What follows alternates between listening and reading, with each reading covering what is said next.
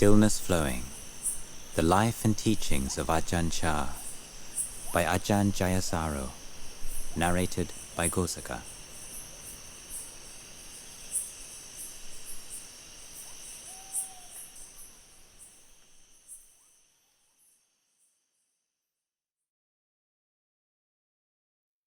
Chapter 5, Lifeblood, Luang Por and the Vinaya.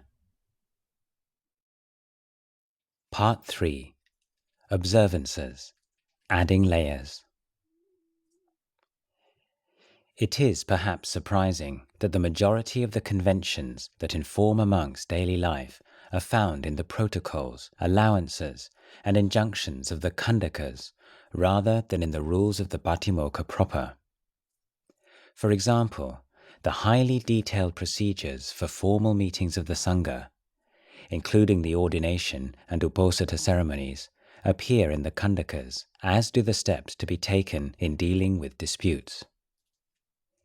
The Khandakas contain most of the instructions regarding a monk's relationship to the four requisites: robes, alms food, dwelling place, and medicines. Most of the fine points of monastic etiquette are also to be found here. A fourfold division of the monk's training in moral virtue appears in the commentarial tradition.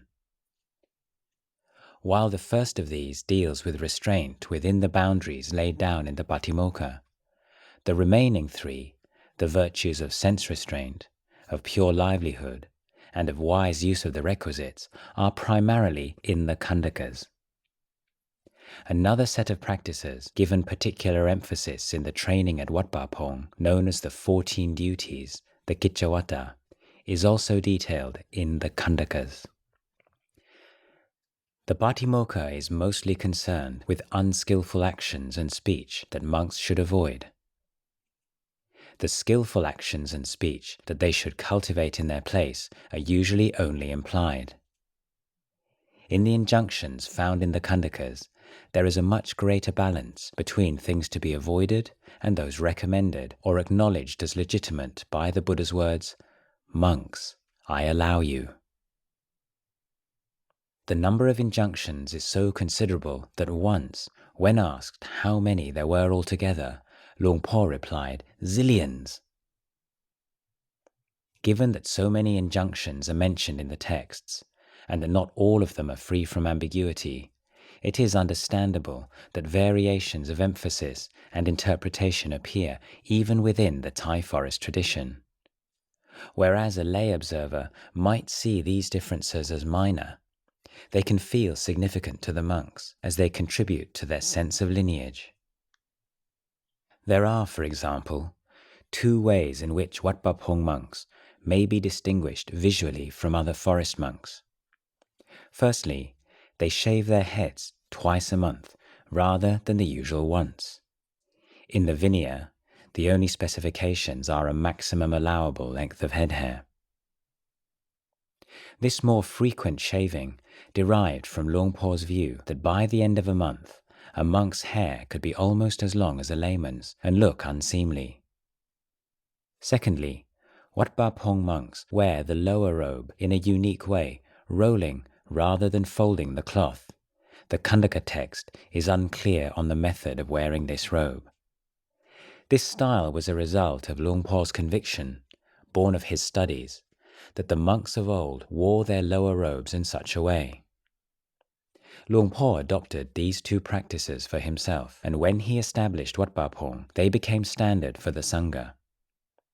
As a byproduct, these small but distinctive variations from the norm strengthened the sense of identity amongst Luang Por's disciples.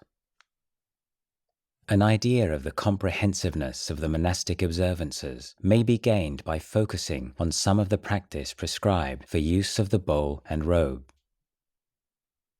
A monk possesses 8 basic requisites: the 3 main robes, an alms-bowl, a cloth waistband, a needle and thread for mending robes, a razor to shave hair and beard, and a water filter. Of these 8, it is the bowl and robes that have come to be emblematic of the monk. The monk appears to the world with a shaven head and clad in simple, unadorned robes that signify his renunciation of physical adornment. He carries a bowl signifying that he is an alms mendicant, one who has surrendered all control over his physical well-being to the kindness of others. The sheer number of the training rules and observances governing a monk's relationship with his bowl and robes keeps it in the forefront of his mind. By having to turn his mind to them again and again as objects of mindfulness, he cannot help but develop over time a keen sense of respect and appreciation for them. He can never become complacent in his use of bowl and robes. Robes. Practices relating to the robes demonstrate the way that the observances dovetail with the Patimokkha. Training rules govern how a monk may acquire cloth and how long he may store it before making it into a robe. One rule stipulates that a monk must never be physically separated from his 3 robes at dawn. As a result, the awareness of the location of his 3 robes gradually becomes a part of the monk's consciousness. A monk must also swiftly patch any hole in his robe. To encourage diligence, Luang Por taught that any hole large enough for a rice grain to pass through should be dealt with on the day that it appeared. Observances, meanwhile, provide guidelines for the making of the robe and the right way of wearing and taking care of it. Luang Por expected all of his disciples to learn how to cut, sew, and dye their own robes. He considered the making of robes an essential element of the forest Sangha tradition. It was strictly forbidden for monks to accept gifts of ready-to-wear robes purchased from a shop. Accepting such robes was seen as undermining a core tradition. He taught that making one's own robes promoted a spirit of care, self-sufficiency, and wholesome pride in the robe. Wearing commercially produced robes, on the other hand, led to heedlessness and a lack of respect for this core requisite, exalted in the texts as the banner of the Arahants. Only after a monk had patched his robe over and over again would he pluck up the courage to ask Luang Por for permission to make a new one. If permitted, his next stop would be the monastery cloth store, where he would request a bolt of white cotton cloth. Cutting the cloth for a Buddhist monk's robes is straightforward. Each robe consists of a simple rectangle of cloth. While the lower robe is often made of a single piece of cloth, the upper robe and the outer robe each consist of a number of small rectangles sewn separately and then joined together. A pattern of bars and crossbars is sewn onto the cloth, the design of which the Buddha is said to have based upon the appearance of the rice fields of northeast India. This pattern divides robes into 7 or 9 major sections. A wide hem is then sewn all the way around the robe. Tags are sewn into the robe at the corners and neck of the 2 larger robes. These help to hold the robe together neatly when the monk wears it covering both shoulders, on the occasion such as ALMS-ROUND when he leaves the monastery. In the early days at Wat Pah Pong, when the monks sewed by hand, making robes was a communal activity. After some years, pedal sewing machines began to be offered to the monastery, allowing each monk to sew his own robe, although in the last few years, sewing robes by hand has again become popular at Wat Pah Pong and its branch monasteries. After the monk has cut and sewn the white cotton cloth, he gives the new robe its distinctive ochre color with a dye produced by boiling chips of the heartwood of the jackfruit tree. Once the monk has completed the dyeing, he stores the robe carefully until the next suitable occasion at which he may formally request his new robe from the Sangha. Having received the Sangha's blessing, he recites the words relinquishing his old robe. He may only possess one of each of the 3 main robes, and then, reciting another Pali formula, determines the new robe for use. His final task, a reminder not to become attached to the beauty of the new robe, is to make upon it, these days usually with a ballpoint pen, a small ritual disfigurement. The robe needs much careful attention. Having no fixing agent added to the dye, a new robe's color tends to run easily when, for example, it is sweated upon or, disastrously, rained upon. The astringent properties of the jackfruit dye allow a weak solution of the dye to be effective in washing robes. In fact, it is the only viable washing agent. Detergent must be avoided as it drains the color and makes the robe smell unpleasant. For the first couple of months, the new robe must be washed with an amount of water just sufficient to moisten the whole robe, without any excess, to prevent loss of color. While drying the robe, it must be constantly moved up and down on the clothesline to prevent too much unfixed color dripping downwards towards the hem, and to make sure that the clothesline leaves no mark on the robe. One of the less popular observances, one that Luang Por inherited from Luang Por Man, required Wat Pa Pong monks to wear all 3 robes whenever they left the monastery. This required the 2-layer outer robe being worn on top of the upper robe, reassuringly warm on winter mornings, but an extremely uncomfortable experience in the hot season. It was a common sight in March and April to see monks returning from their alms round at 7 in the morning, their robes already patched with sweat. If a monk complained about how many observances there were to bear in mind, Luang Por explained that they were the means by which mindfulness was grounded in the body in daily life. More than that, he would explain, they acted as a buffer, preventing unwholesome mental habits and behaviors from taking root in the monk's life. A precise attention, respect, and care for possessions did much to keep the mind in a wholesome state. Don't think it's a minor matter. Do you see those mangoes? The fruits are very small, but in future they will be big. The big grows from the small. When you get into bad habits, it's disastrous. There were also rules and observances governing the use of other allowable items of clothing and general use. The monks wore a simple shirt-like piece of cloth called an angsa, another rectangle of cloth which was draped over the left shoulder and attached under the exposed right arm by a tag. A bathing cloth was worn beneath the lower robe. This piece of cloth would be kept on while bathing from the communal water jars and washed out afterwards. A monk possessed 2 of these cloths and alternated their use. In the morning, the fresh, newly washed cloth served to dry the bowl after the meal. A square sitting cloth would be used in all formal situations. The alms-bowl.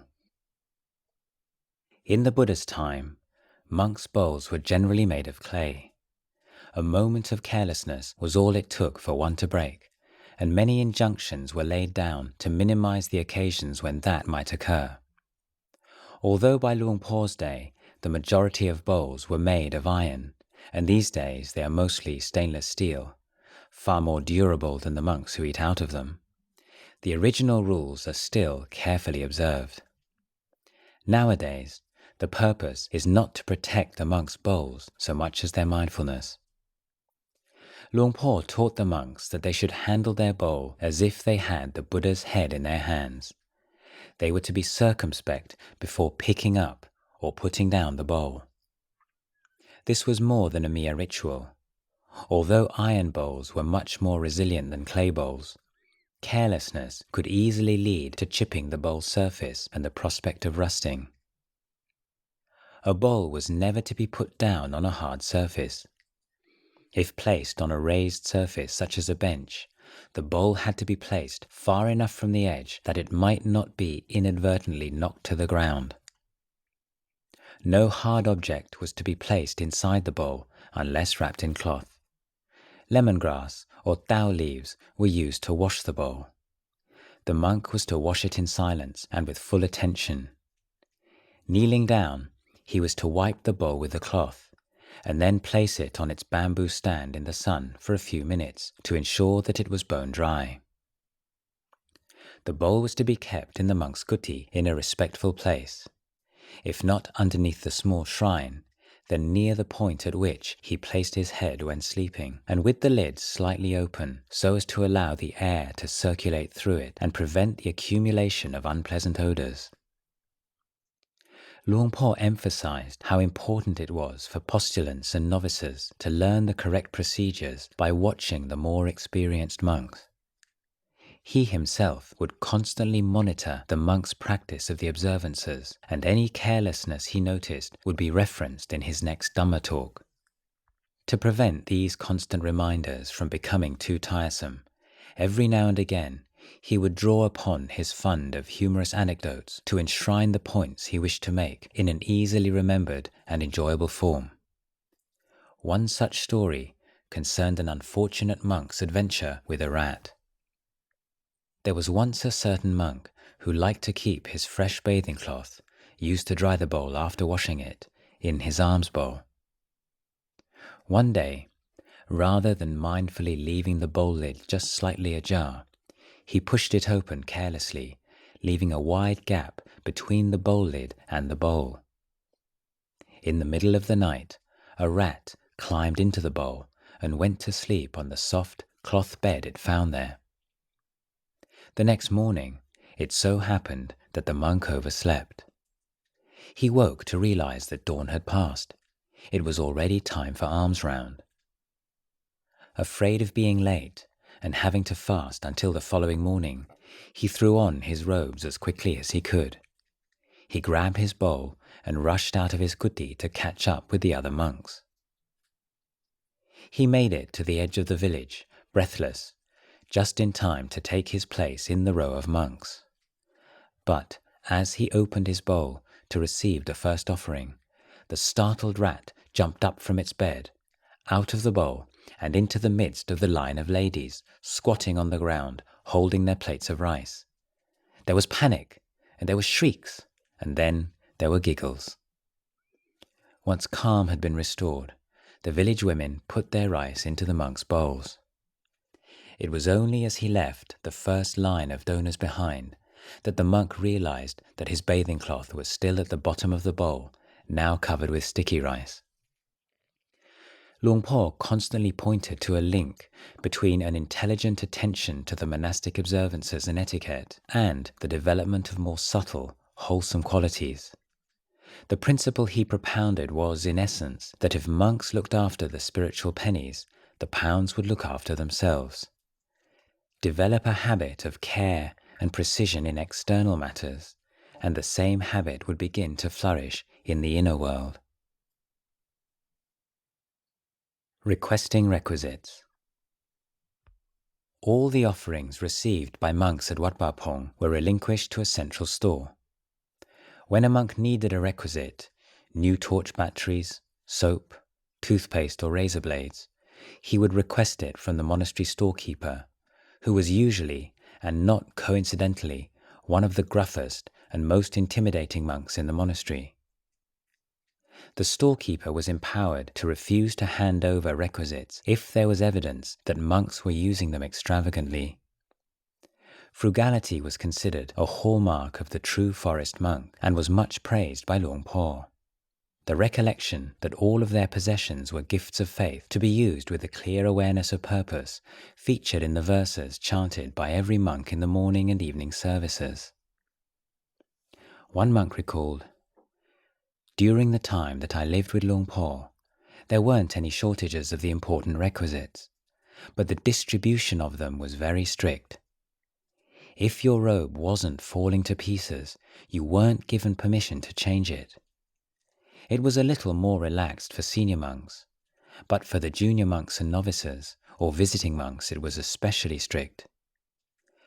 Luang Por emphasized that we train to be moderate in our needs, and he lived no differently than anyone else. He wore the same quality robes, and there was nothing much to distinguish his kuti's furnishings from anyone else's. Even though his family lived close by, he never asked them for anything for himself. Whatever he was offered, he shared with the Sangha. This communal system was aimed at promoting fairness and equality in the use of requisites, and Luang Por saw it as vital to the maintenance of social harmony. By forbidding monks from accepting offerings, even when specifically intended for them, he did much to prevent jealousy and competition for lay support amongst his disciples. As the number of branch monasteries increased, surplus requisites were funneled to them, preventing Wat Pah Pong from ever becoming too luxurious as its fame and attendant wealth increased.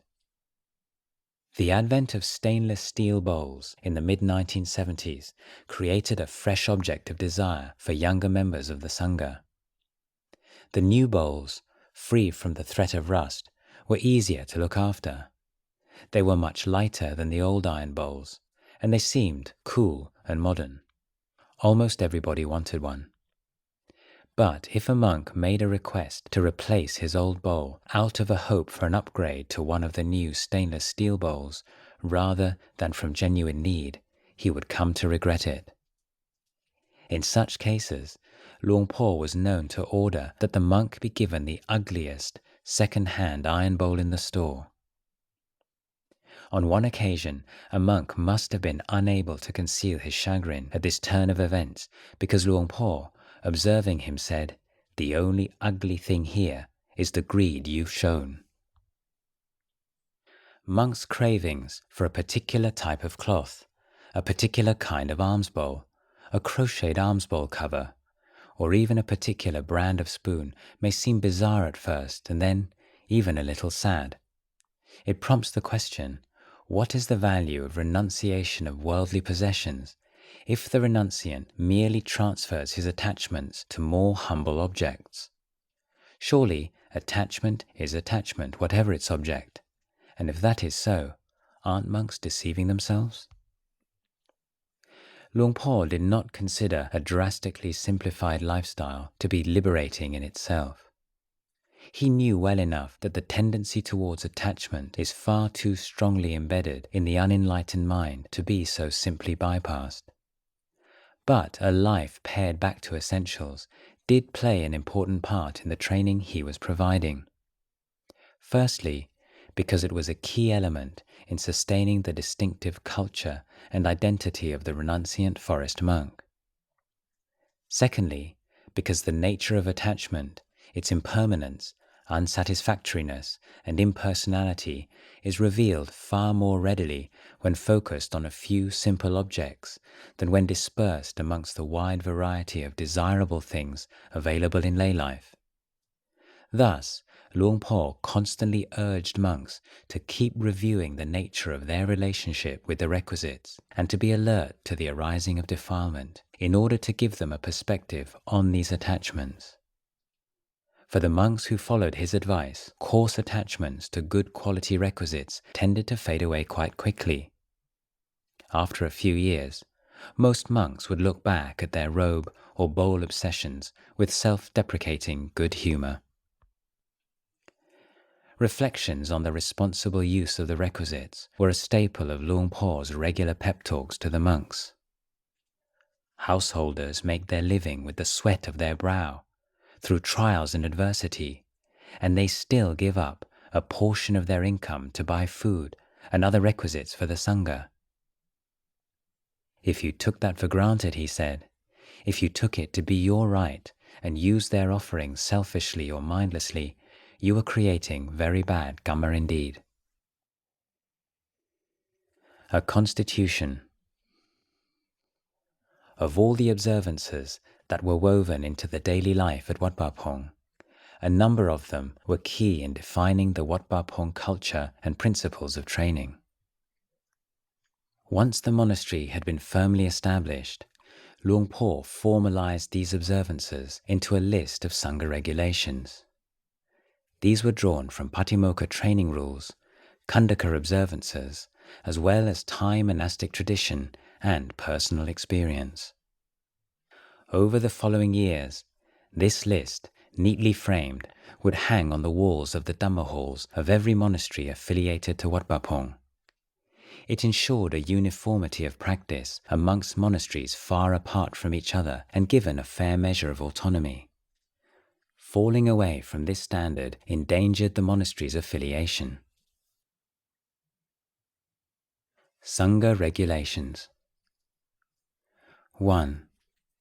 It is forbidden for monks and novices to make requests from anyone other than blood relatives, or from those who have offered a formal invitation, pawarana. It is forbidden to have connections with lay people or ordained members of other religions that are hostile to Buddhism. 2.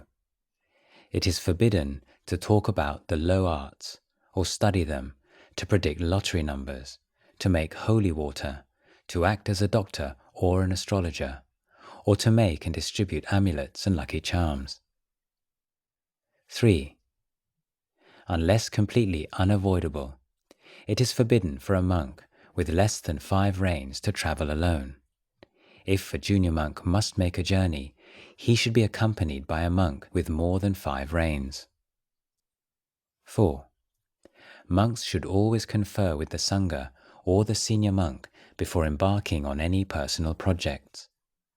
Only when it has been agreed on, as in accordance with Dhamma and Vinaya, should steps be taken. Monks should not act upon their own authority. 5. Monks should be content with the lodging allotted to them. They should keep it clean and sweep the paths leading to it. 6. Monks should attend to the activities of the Sangha in harmony, meeting and dispersing in unison. Monks should not make themselves an object of the Sangha's antipathy by being deceitful, by seeking to evade admonishment, or by making excuses for errors. 7. Idle chatter is forbidden during alms round, and while washing bowls, sweeping the monastery, hauling water, bathing, preparing the dining hall, washing robes, or listening to Dhamma talks. Monks should pay attention to whatever task they are working on. 8. After the meal, monks should help to sweep the dining hall and clean up before bowing to the triple gem in unison and taking their belongings back to their kutis in a peaceful manner. 9. Monks should be frugal in their needs for conversation, eating, sleeping, and outgoing exuberance. Monks should maintain a vigorous wakefulness. They should help to nurse sick monks with loving kindness. 10. It is forbidden for monks to receive money or to have anyone receive it for them. It is forbidden to buy and sell things or to barter. 11. All gifts offered to the Sangha should be kept in common. When a monk is in need of anything, let the Sangha supply him appropriately. 12. It is forbidden to gather together in groups and socialize, whether by day or night, in a public area or in a kuti, except when necessary. Even in such a case, do not be one who takes pleasure in society and revelry. 13. Receiving or sending letters, documents or parcels must be announced to the Sangha or to the senior monk. Only after receiving permission can the article be received or sent. 14. Monks or novices wishing to come and practice in this monastery must have a letter of permission from their preceptor or previous teacher, and must first have transferred their affiliation in their monk's identity book. 15. Visiting monks and novices should show their monk's identity book to the Sangha or senior monk on their arrival. They may stay for no more than 3 nights unless there are necessary reasons to stay longer. The Sangha reserves the right to deal accordingly to transgressors of these regulations. Issued on the 2nd of October, 1957, Ajahn Chah, Senior Monk. The Daily Schedule. The Buddha taught the Discourse on Non-Decline, which is recorded in the Digha Nikaya, Sutta 16, and in the Anguttara Nikaya 7s, Suttas 21 to 23. As long as the monks assemble often and hold frequent assemblies, Only growth is to be expected for them, not decline. As long as the monks meet in harmony, adjourn in harmony, and conduct the affairs of the Sangha in harmony, only growth is to be expected for them, not decline. As long as the monks do not decree anything that has not been decreed, or abolish anything that has already been decreed, but undertake and follow the training rules as they have been decreed, only growth is to be expected for them, not decline.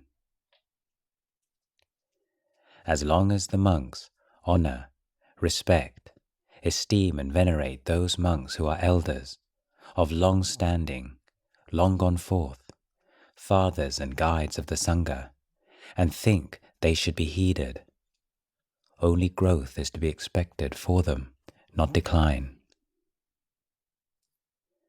As long as the monks do not submit to the power of any arisen craving that leads to renewed existence, only growth is to be expected for them, not decline. As long as the monks are intent on forest dwellings, only growth is to be expected for them, not decline. As long as the monks each keep firmly in mind, if there are any well-behaved fellow monks who have not yet come here, may they come, and may the well-behaved fellow monks who are already here dwell at ease. Only growth is to be expected for them, not decline. As long as the monks remain steadfast in these 7 principles of non-decline, and as long as these 7 conditions endure among the monks, only growth is to be expected for them, not decline. Luang Por was deeply influenced by the Discourse on Non-Decline.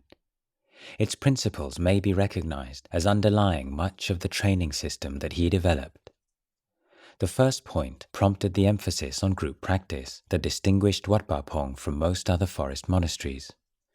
Group meetings, group work periods, and group meditation sessions lay at the heart of the daily schedule at Wat Pah Pong. Monks were regularly reminded of the importance of punctual attendance at group activities, all of which were announced by the ringing of the monastery bell. The rigorous daily schedule was designed to ensure a continuity and consistency of effort on the part of the Sangha members. It opposed laziness and complacency. It supported those who lacked the maturity to develop their meditation practice alone in their kuti.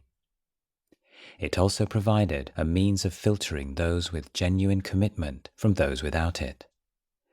Nobody hoping to enter the Sangha and enjoy a life of leisure would choose to live at Wat Pah Pong. Early rising. The day began at 3 a.m. with the sound of the monastery bell. Luang Por instructed the monks to get up the moment they heard the bell, to perform their morning ablutions, gather their robes and bowl, and get to the Dhamma hall as quickly as possible.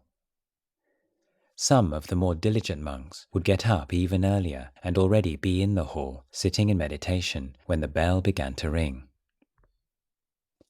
Communicating the daily schedule was not the bell's only function. Luang Por also saw it as a teaching tool. Monks were taught that by getting up the moment they became conscious of the sound of the bell, without second thoughts, they were developing a firm and resolute habit of mind. Monks who overslept and came late to the Dhamma hall, having endured a few emphatic words of admonishment, disgraceful, unacceptable, would be told to consider it a warning sign. If the bell and the social pressure of group sessions were insufficient to motivate the monk to practice, then how would he sustain his sitting and walking meditation when alone in his kuti? Come night, Luang Por growled to one monk, and all you want to do is sleep. One monk remembered, if there was anybody already meditating when you arrived at the Dhamma hall, then you had to be careful not to let your flip-flops make a thwacking sound as you approached. If you had hard objects in your shoulder bag, like a mug, a spoon, or a fruit knife, Then you had to keep them wrapped in a face cloth so they wouldn't knock together as you walked in. You had to enter the hall so softly and silently that people meditating there wouldn't be aware of it. While most of the more senior monks were dedicated enough to get up at 3 a.m. every day and meditate alone in their kutis through to dawn, few of the younger members of the community, particularly the teenage novices, could sustain such a practice for very long. For them, the support of the group was vital. Initially, some of the newer members of the community attended the early morning sessions more through a mixture of pride and fear than by devotion to the training. But as time went on, giving in to the schedule usually forged good habits that gradually became second nature. Luang Por encouraged the senior monks, who might have preferred to spend the time in solitude, to attend early morning sessions as a gesture of support for the younger ones, to be a good example and to maintain the harmony of the Sangha. Morning session. The morning meditation was followed at 4 a.m. by a period of chanting. It began with a detailed recitation of the virtues of the Buddha, Dhamma and Sangha, and was supplemented by a selection of daily reflections and longer chants that would be varied throughout the week.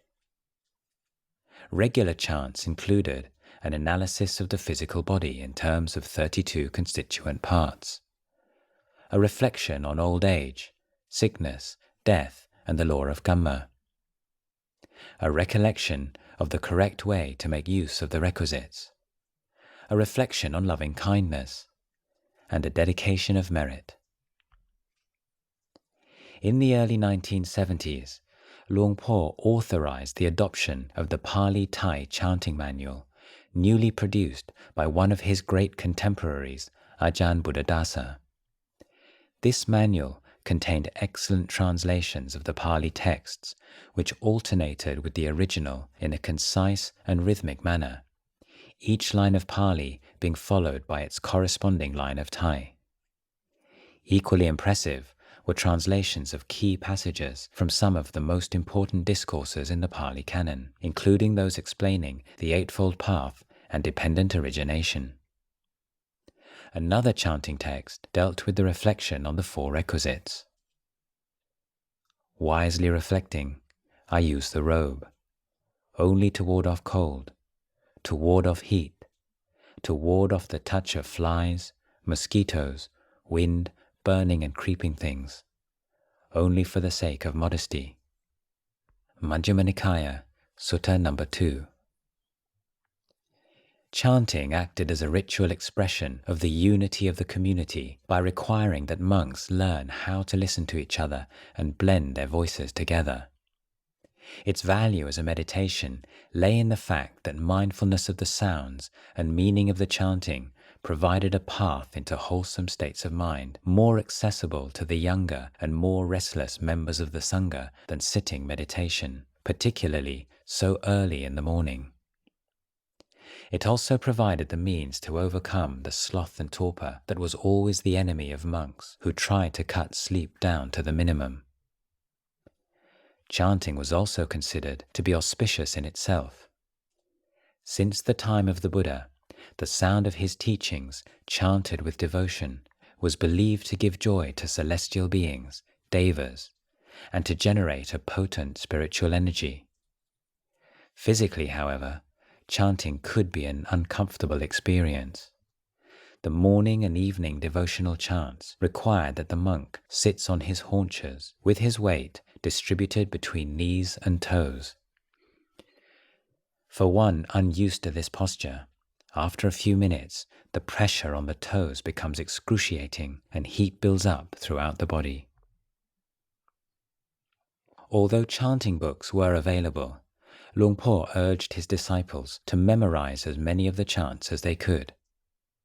By doing so, they were able to build up an inner repertory of the root teachings and reflections, both in Pali and their own tongue. It was not unusual for a line from one of the chants to suddenly appear in a monk's mind at an exactly appropriate moment during the day, allowing a release of some attachment or a surge of well-being. There were many chants to learn. Apart from those that featured in the morning and evening services, monks and novices were expected to memorize the Paritta verses chanted for blessing and protection on auspicious occasions, and the Madhika verses chanting at funerals. With the conclusion of morning chanting, the monks practiced sitting meditation for the last few minutes until the end of the session at 5 a.m. After paying homage to the Triple Gem, the monks would file out to the dining hall directly behind the Dhamma hall, where they would sweep and wipe down the floors and benches with damp cloths, set up their places for the meal, and get ready for alms round. The younger monks and novices would help the older monks by preparing their robes and then, squatting down at their feet as they put them on, join the tags at their bottom corners. Alms round. The daily alms round is one of the ascetic practices encouraged by the Buddha that was compulsory for all healthy monks at Wat Pah Pong.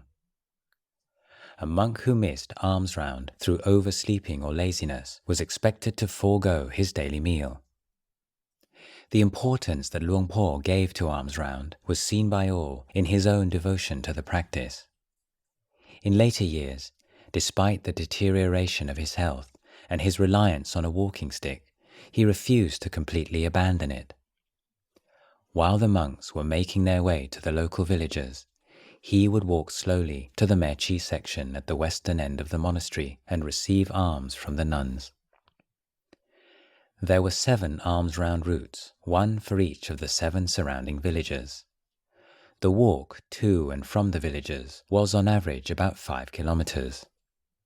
2 of the villages, however, required a walk of some 8 kilometers. Monks on the longer routes would leave as soon as the sky changed color, usually shortly after 5 a.m. The rest left a while later. Thus, the time when monks entered the village, later in the winter, but usually around 6 a.m., was more or less uniform.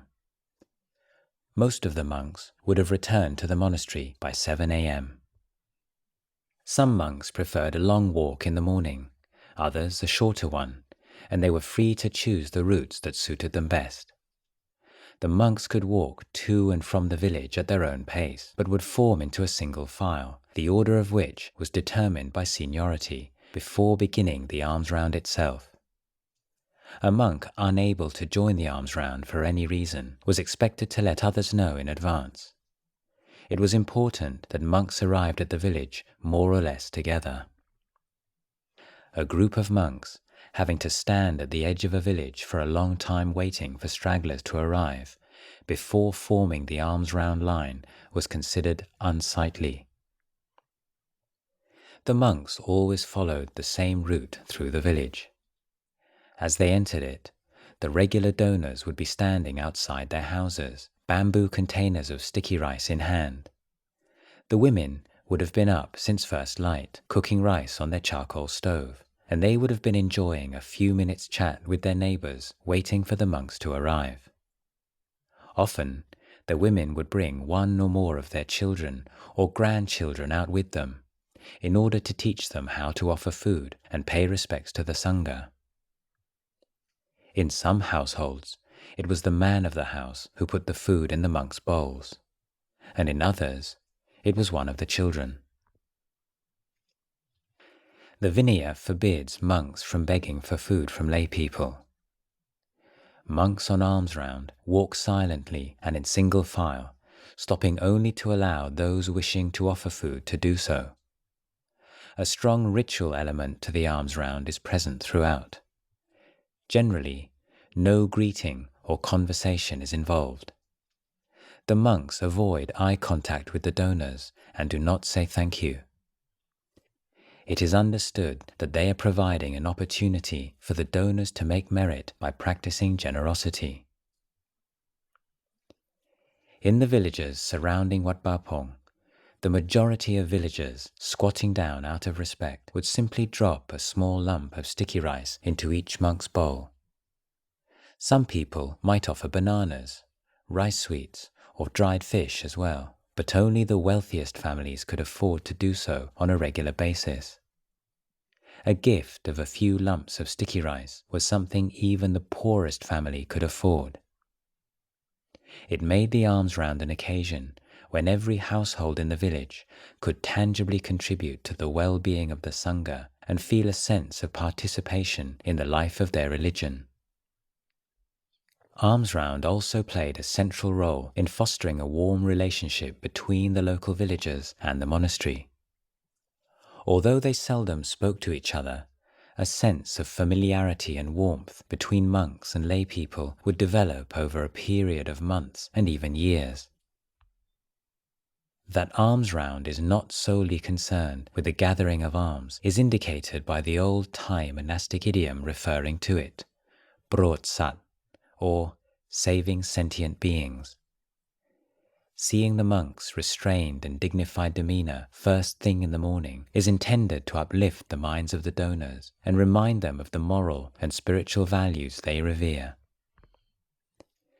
This idea that monks' demeanor on alms round could be inspiring to lay people and even lead them to a new or increased faith in the Dhamma goes back to the time of the Buddha. The story of the meeting between Venerable Assaji, one of the first group of great fully enlightened monks, and Sariputta, the ascetic who would go on to become one of the Buddha's chief disciples, was one of Luang Por's favorites. It doesn't take a lot to proclaim the Dhamma. Some of the Buddha's disciples, like Venerable Assaji, hardly spoke. They went on alms round in a calm and peaceful manner, walking neither quickly nor slowly, dressed in sober-colored robes. Whether walking, moving, going forwards or back, they were measured and composed. One morning, while Venerable Sariputta was still the disciple of a Brahmin teacher called Sanjaya, he caught sight of Venerable Assaji and was inspired by his demeanor. He approached him and requested some teaching. He asked who Venerable Assaji's teacher was and received the answer, the Reverend Gautama. What does he teach that enables you to practice like this? Not so much. He simply says that all Dhammas arise from causes. If they are to cease, their causes must cease first. Just that much. That was enough. He understood. That was all it took for Venerable Sariputta to realize the Dhamma. Monks, of course, did not always live up to these ideals. Appropriate behavior on alms round was a recurrent theme in Luang Por's Dhamma talks. On one occasion, he upbraided a group of heedless young monks and novices for walking out of the monastery like a bunch of boisterous fishermen going out to catch fish. He would point out the value of alms round to all involved, monks and lay people, and he advised monks disturbed by this kind of misbehavior. Don't talk with the garrulous ones. Talk with your own heart a lot. Meditate a lot. The kind of people who enjoy talking all day are like chattering birds. Don't have anything to do with them. Put your robes on neatly and then set off. As soon as you get into your stride, you can start memorizing the Patimokkha. It makes your mind orderly and bright. It's a sort of handbook. The idea is not that you should get obsessed with it, simply that once you've memorized it, the Patimokkha will illuminate your mind. As you walk, you focus on it, and before long you've got it, and it arises automatically. Train yourself like that. Alms round performs another important function for the Sangha. It constitutes the monk's most tangible practice of right livelihood, the fifth of the factors of the Eightfold Path. By going on alms round, monks procure the requisites they need to maintain their health and strength in a way appropriate to samanas, not making demands from lay people or seeking to coerce them in any way. In the Samyutta Nikaya, Chapter 16, Sutta 1, the Buddha instructed his disciples, "We will not exhibit any impropriety or do anything inappropriate for the sake of alms food. Not gaining alms food, we will not be agitated.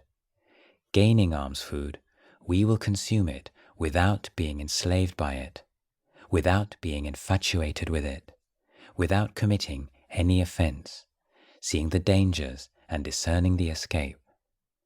Thus, monks, should you train yourselves. There are also additional benefits. Firstly, ALMS-ROUND provides good physical exercise, a walk of between 2 and 10 kilometers in sometimes trying conditions. In the hot season, a monk with a completely empty stomach returning to his monastery as the sun rises in the sky, carrying a large metal bowl full with some 4 or 5 kilos of sticky rice, will have had a vigorous workout. ALMS-ROUND gives many opportunities for the cultivation of patience and endurance. Some routes entail walking barefoot along rough gravel roads that demand considerable fortitude. ALMS-ROUND is not cancelled due to bad weather, and in a rainstorm, the umbrellas the monks carry only save them from a soaking in the absence of wind. Emerging from the forest and entering a village provides many challenges to a monk's self-possession. He may feel his eyes and ears being pulled one way and another as he walks along. For this reason, ALMS-ROUND provides him with a daily test of the strength of his powers of sense restraint. For advanced meditators, it may also provide potent triggers for insight. Occasionally, monks at Wat Pah Pong, who had meditated on the nature of the physical body to a profound level, would experience spontaneous visions of almsgivers as moving skeletons, leading to a further deepening of their meditation.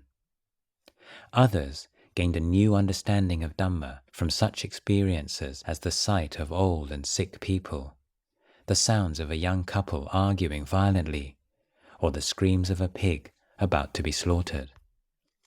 At the very least, ALMS-ROUND provides the monk with a daily reminder that he is dependent on others for his living. It helps to prevent him from taking his daily meal for granted. He knows that every grain of rice he eats has been produced through the blood, sweat, and tears of others. Monks, fresh from spending the early hours of the day in meditation, can be so sensitive to the kindness of the donors that profound feelings of love and compassion arise in their mind. It reminds them that throughout their moral and spiritual struggles, there are people who wish them well, who see the value of what they are doing and want to support their work. Luang Por would say to the monks, "There's so much Dhamma to be learnt on ALMS-ROUND." Mealtime.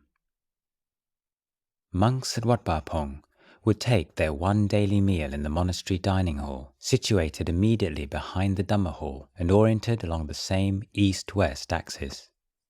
It was a severe-looking structure, a long, thin concrete box roofed with galvanized iron. Stretching along the inside of both long walls and below a line of small, barred, glassless windows were platforms some 70 centimeters high and 1.5 meters wide, comprised of sturdy wooden benches pushed together into a continuous line. Along these, the monks sat according to seniority, facing outward across the aisle. Luang Por himself sat on a detached platform at the narrow top end of the hall, his gaze encompassing both rows of monks stretched out in front of him. Nobody in the hall could forget, even for a minute, that they were in Luang Por's direct line of vision. The monks sat on their brown cotton sitting cloths with their bowls, stripped of their crocheted woolen covers, resting on their squat bamboo stands at one side of them. The covers, neatly folded in the prescribed way, were placed behind them. Each monk would have his shoulder bag, also folded in the prescribed way, set back near the wall. In front of it, arranged in a neat line, stood the monk's aluminium water kettle, metal mug, and spittoon. Water tanks collected rainwater from filtered pipes connected to the guttering of the dining hall. These tanks provided the monastery's supply of drinking water, and each monk had his own water kettle.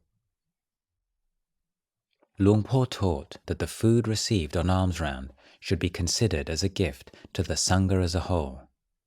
The monks who received it were merely acting as the Sangha's individual representatives. On their return to the monastery, the monks would first wash their feet outside the dining hall and fold their outer robes or air them in the sun. Then, they would tip the food in their bowls into big enamel receptacles that were carried around by the postulants. The monks were allowed to keep as much sticky rice as they needed. This they moulded into a ball and placed in the bottom of the bowl. The rest of the food was taken to the kitchen for sorting and preparation by the mechis and the local villagers who had come to participate in the meal offering. Once prepared, the food would be wheeled over from the Wat Bapong kitchen in a handcart, and the pots placed on the floor in front of Luang Por in 2 sets, one for each side of the hall. Then, all but the most senior monks would get up from their seats and formally receive the food from a postulant or layman. After Luang Por had been offered his choice of food, they then proceeded to distribute it into each monk's bowl. Efficiency and impartiality were the goals of the distribution.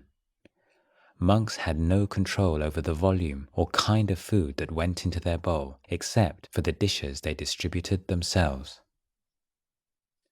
Unsurprisingly, certain monks could sometimes be seen trying to commandeer dishes which they particularly enjoyed or for which they harbored a particular aversion. Others made firm determinations to resist the temptation. Returning to their seats after the food had been distributed, some monks might be observed glancing into their bowls and suppressing a sigh at the sight before them. All the different dishes thrown together inside, perhaps something sweet, floating in an oily, spicy curry, and other items completely submerged. They would put the lids back on their bowls and sit quietly until Luang Por led them in a short chant of appreciation and blessing for the donors.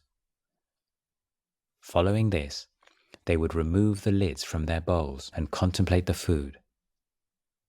They were taught to remind themselves that they ate merely as a means of keeping their body healthy and fit for the work of Dhamma practice. They were to avoid gluttony and to refrain from indulging in the pleasant feelings that naturally arose while eating. After a short time, Luang Por would then take his first mouthful. As soon as he did so, the 2 monks at the head of each row followed suit. Then the next 2 monks started to eat, and so on all the way down to the end of the long line. In the dining hall, the monks focused their attention on being as silent as possible. Big pots, small pots, kettles, spittoons, everything had to be handled with delicacy and care. While eating, monks had to be careful not to make chomping or slurping sounds, or chapu chapu and suru suru, as the Pali has it. A monk who allowed his metal spoon, the only eating implement allowed, to scrape against his bowl would earn an admonitory grunt from Luang Por. The method of distribution of the food was fast, practical, and a powerful tool for overcoming attachment to its flavor, but it did lead to waste. These days, monks usually serve themselves from offered dishes of food arranged on a long table. The effort to reduce waste has taken precedent over the ascetic practice. In later years particularly, there was usually far too much in the bowl to eat, increasing the challenge to know when to stop. Overeating could cast a dull, heavy shadow over the whole day, as one monk remembered from his own early struggles. He taught us to eat moderately. He taught us to estimate when we were 3 mouthfuls short of being full, and then to stop and drink water until we felt full. He said, if you eat too much, after the meal you'll be dull and sleepy and disinterested in meditation. He was right. If you eat too much, you feel bloated, and you don't feel like practicing walking meditation. You're still on your way back to your kuti, and already thoughts of a nap are coming into your mind. When all the monks had finished their meal, Luang Por would ring the small bell beside him. The entire community would bow 3 times together and then exit the dining hall, carrying their bowls and stands, with spittoons in the lids in the specified way, being careful to avoid any clanking of hard surfaces. Outside, on the long porch area, they would take off their robes, fold them mindfully, and take their bowls to the bowl washing area at the edge of the forest, where there were water jars and a deep rubbish pit. The bowls were laid on bound grass circles and washed with leaves, as stated earlier. In later years, detergent came to be used. After the bowls had been washed, dried, aired in the sun for a few minutes, and covers put on, the monks would don their robes once more and return to their seats in the dining hall, where Luang Por would still be sitting. Often, lay people who had come to offer food would be taking this opportunity to speak with him. Some days, he might give a discourse, on others, make announcements. But more often than not, he would ring a small bell once more, and the monks would bow 3 times to the Buddha image, 3 times to Luang Por, and then return to their kutis. There they would clean their teeth, sweep the area around their kuti, put their robes up to air on a line, and start to practice walking meditation. Afternoon schedule. Monks were free to structure the middle hours of the day as they saw fit. Apart from being time to deepen their meditation practice, it was also used for seeing to various personal chores. Most monks would take a short nap around midday. At 3 p.m., the monastery bell would be rung, and all the monks and novices would leave their kutis with their brooms and make their way to the central area in order to sweep the fallen leaves. This was also the time to sweep and wipe down the floors in the Dhamma hall, dining hall, and Uposatha hall. Sometimes Luang Por would lead the monks in a longer work project, such as building or repairing kutis, but the daily tasks consisted of hauling water and sweeping leaves. Ajahn Chah recollected the benefits of the routine. At 3 o'clock, the bell would be rung, and we'd come together to do the daily chores. Some monks would sweep and wipe down the Dhamma hall and dining hall. Others would draw water up from the well for drinking and general use. A group of monks would carry the water in old oil drums to the toilets and to Luang Por's kuti, to the bowl washing area, and to the lay people's toilet block. We'd also clean the toilet blocks. Luang Por said that cleaning toilets was fitting work for monks, work hard to find. Why should we be averse to it? Lay visitors don't clean the toilets. It's the responsibility of the resident monks. More than that, Luang Por would say, it's good practice. Doing something we don't want to do, wearing away the defilements. As always, the emphasis was on harmony and the cultivation of good friendship. Working together was as much a means of nurturing the sense of community as group meditation and chanting. One day, Luang Por instructed the Sangha, when you're working or doing the daily chores, don't be deceitful or devious. Don't think it's a good thing if you can get away with doing less than your share. That's defilement. Know your mind. Keep abreast of its movements, and then your actions will have no unpleasant consequences, and your life will be of benefit to the religion. Look inwardly at your mind and outwardly at your actions, so that you can protect them both. Monks were cautioned not to let their personal affairs take precedence over group activities. When the bell was rung, everyone was expected to immediately put down whatever they were doing and make their way to the central area. It was through this punctuality and steady commitment to group chores that the harmony of the Sangha was grounded. Be alert to what needs to be done. Be observant. These were constant exhortations. The senior monks had an important role to play. If the senior monks let things go, then so will everyone else. How can the younger ones be expected to know what to do? Who will they take as their example? If something needs to be seen to and is neglected, then lazy habits grow and grow. Occasionally, after the daily work period, at around 5 in the evening, a novice might bring out a big aluminium kettle filled with a hot sweet drink made from the cooking and straining of allowables such as bale fruit, tamarind or ginger. In later, more prosperous days, cocoa or coffee became popular. Once a week or so, there might be some more or Indian gooseberry, bitter laxative fruits, sanctioned by the Vinaya for consumption in the evening, which were eaten with salt and chilies. Not at first glance an obvious object of desire, these were considered a treat, and many monks would consume them avidly. Every once in a while, teenage novices and young monks would go on a Myrobaland binge, resulting in a night of purging diarrhea, which the afflicted accepted with considerable stoicism. The behavior of the teenage novices became more of an issue for the Sangha during the 1970s when Luang Por gave the opportunity for significantly more of them to ordain. Life in the monastery was not easy to adapt to, and the occasional excessive reactions to all the restrictions on their behavior were unsurprising. Mostly these incidents involved food and drink. After the evening kettles of sweet drink had been passed around twice, most of the monks would head off to the well for their evening bath.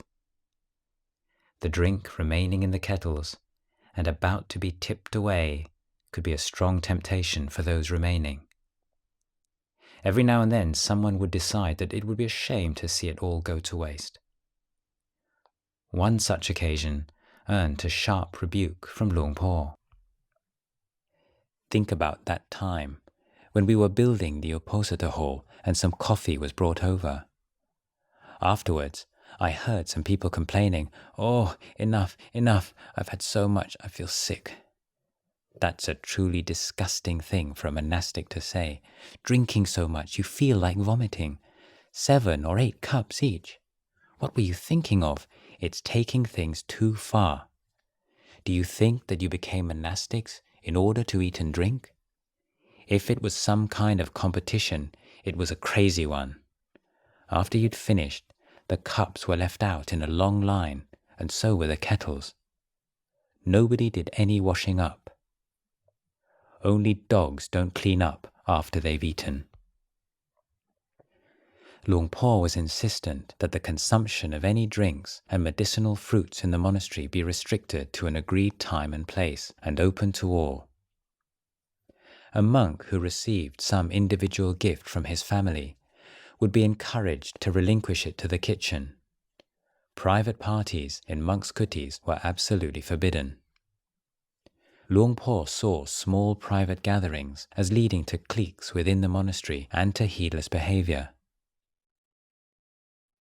You get together, eating Indian gooseberries, or lumps of palm sugar, or whatever, and you get chatting, and before long you're off, right around the world. You start talking about worldly subjects, and before long you're on to disrobing, and what you'll do after you've left the monastery. You're noisy and boisterous, and in all your high spirits, you forget your responsibilities as monks. Evening chanting. The monks would bathe every day at one of the designated open bathing areas distributed through the forest. Each monk would take his own bar of soap and sluice his body with well water scooped with a plastic dipper from one of the large earthenware jars. After bathing, the monks would practice walking meditation until the bell rang for the evening session. In the early days of Wat Ba Pong, sessions would include a talk from Luang Por almost every night. But in later years, as his health declined, Luang Por's addresses to the Sangha were less frequent. Ajahn Sukchai said, Luang Por emphasized the chants because he wanted us to take them away and meditate on them. He always seemed so enthusiastic about teaching us. He really wanted us to benefit from the practice. It was like we were metal he was hammering out flat on the anvil, or like wood he was hewing down to the right size for sawing.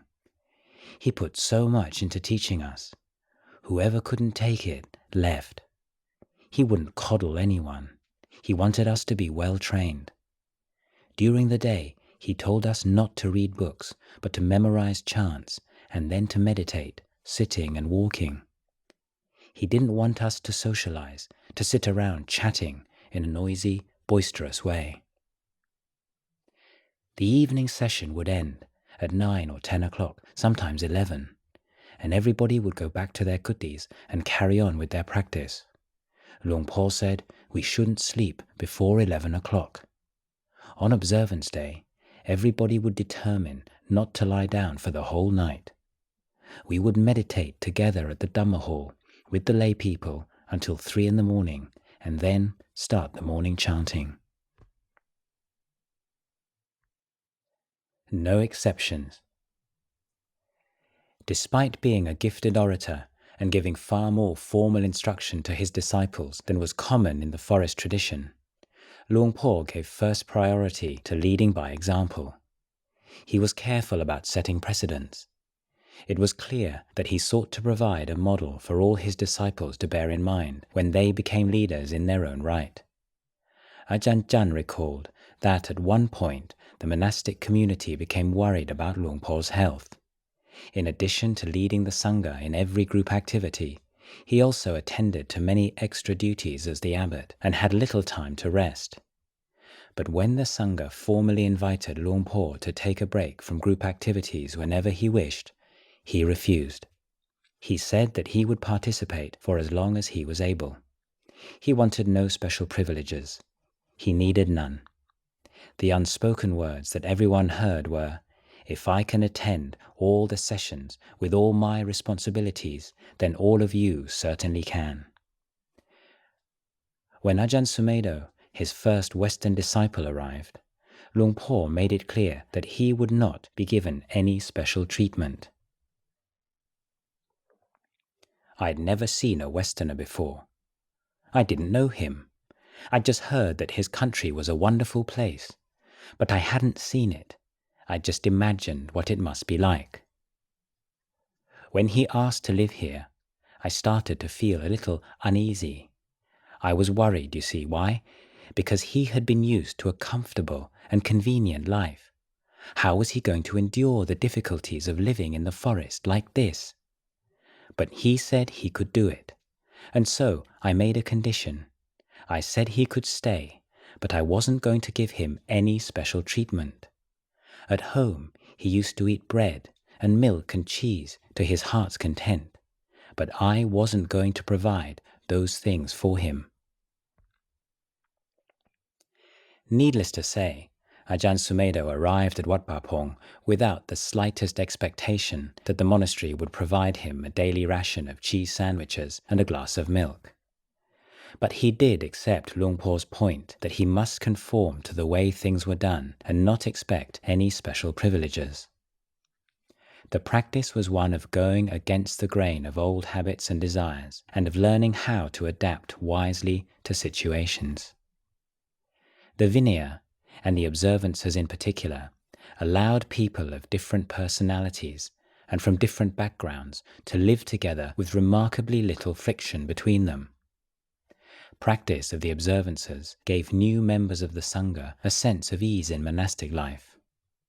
While their meditation practice might still be in its infancy, the diligent practice of the Observances gave them a wholesome pride in their monkhood.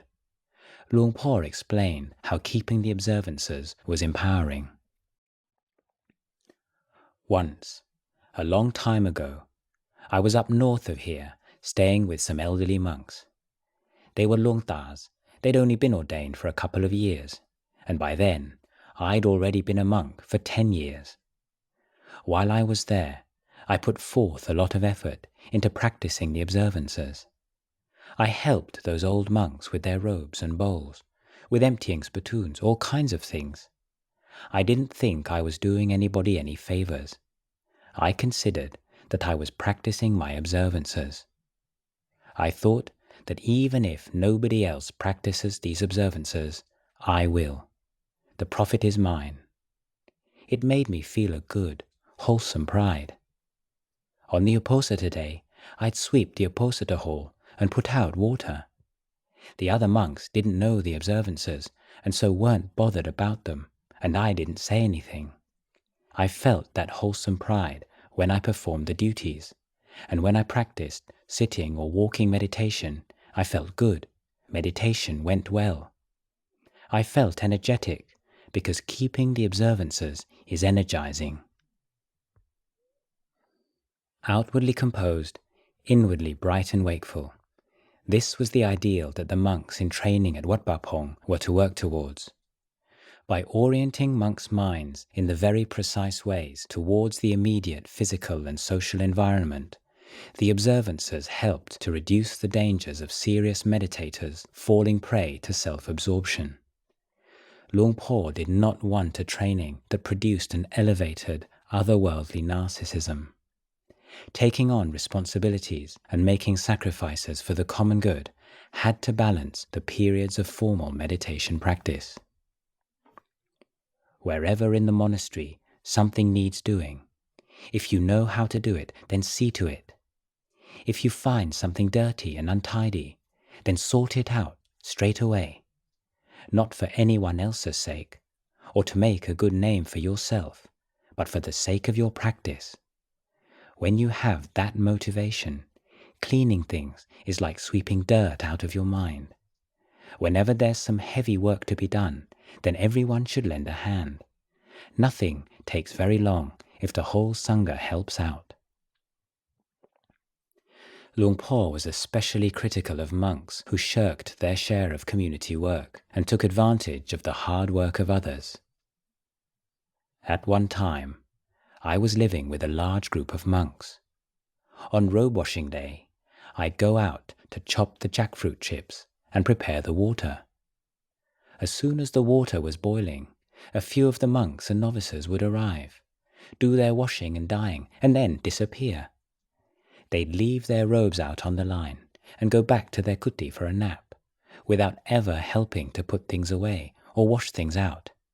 They thought they were on to a good thing, but in fact, what they were doing was the crassest stupidity. Think about it. Your friend does the work and you reap the fruits without doing anything to help him.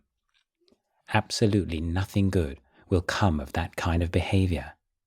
If monks neglect their duties and think that the less work they can get away with doing the better, then they will not be able to live in the community. It's like two oxen pulling a cart. The cunning one gets harnessed right in front of the yoke and leaves the other one to struggle up front. The ox near the yoke can go all day without getting tired. It can keep going or it can rest. It can do whatever it likes because it's not taking any weight and not expending any energy. With only one ox pulling it, the cart moves slowly. Bowing. Expressing devotion to non-material realities, such as wisdom and compassion, by bowing to material forms expressive of them, Buddha images in particular, is an ancient Buddhist practice. The nature of the bow varies somewhat throughout the Buddhist world. In Wat Pah Pong, a precise version of the Thai style of bowing was taught. It begins with the adoption of the kneeling posture. Hands are brought prayer-like to the chest, briefly raised to the forehead, and then placed flat on the floor, about 20 centimeters apart, palms downwards. The forehead is lowered to touch the floor between the hands, eyebrows in line with the tips of the thumbs, elbows close to the knees, forearms flush with the floor. After a slight pause, there is a return to the initial kneeling position, and the movement is repeated twice more.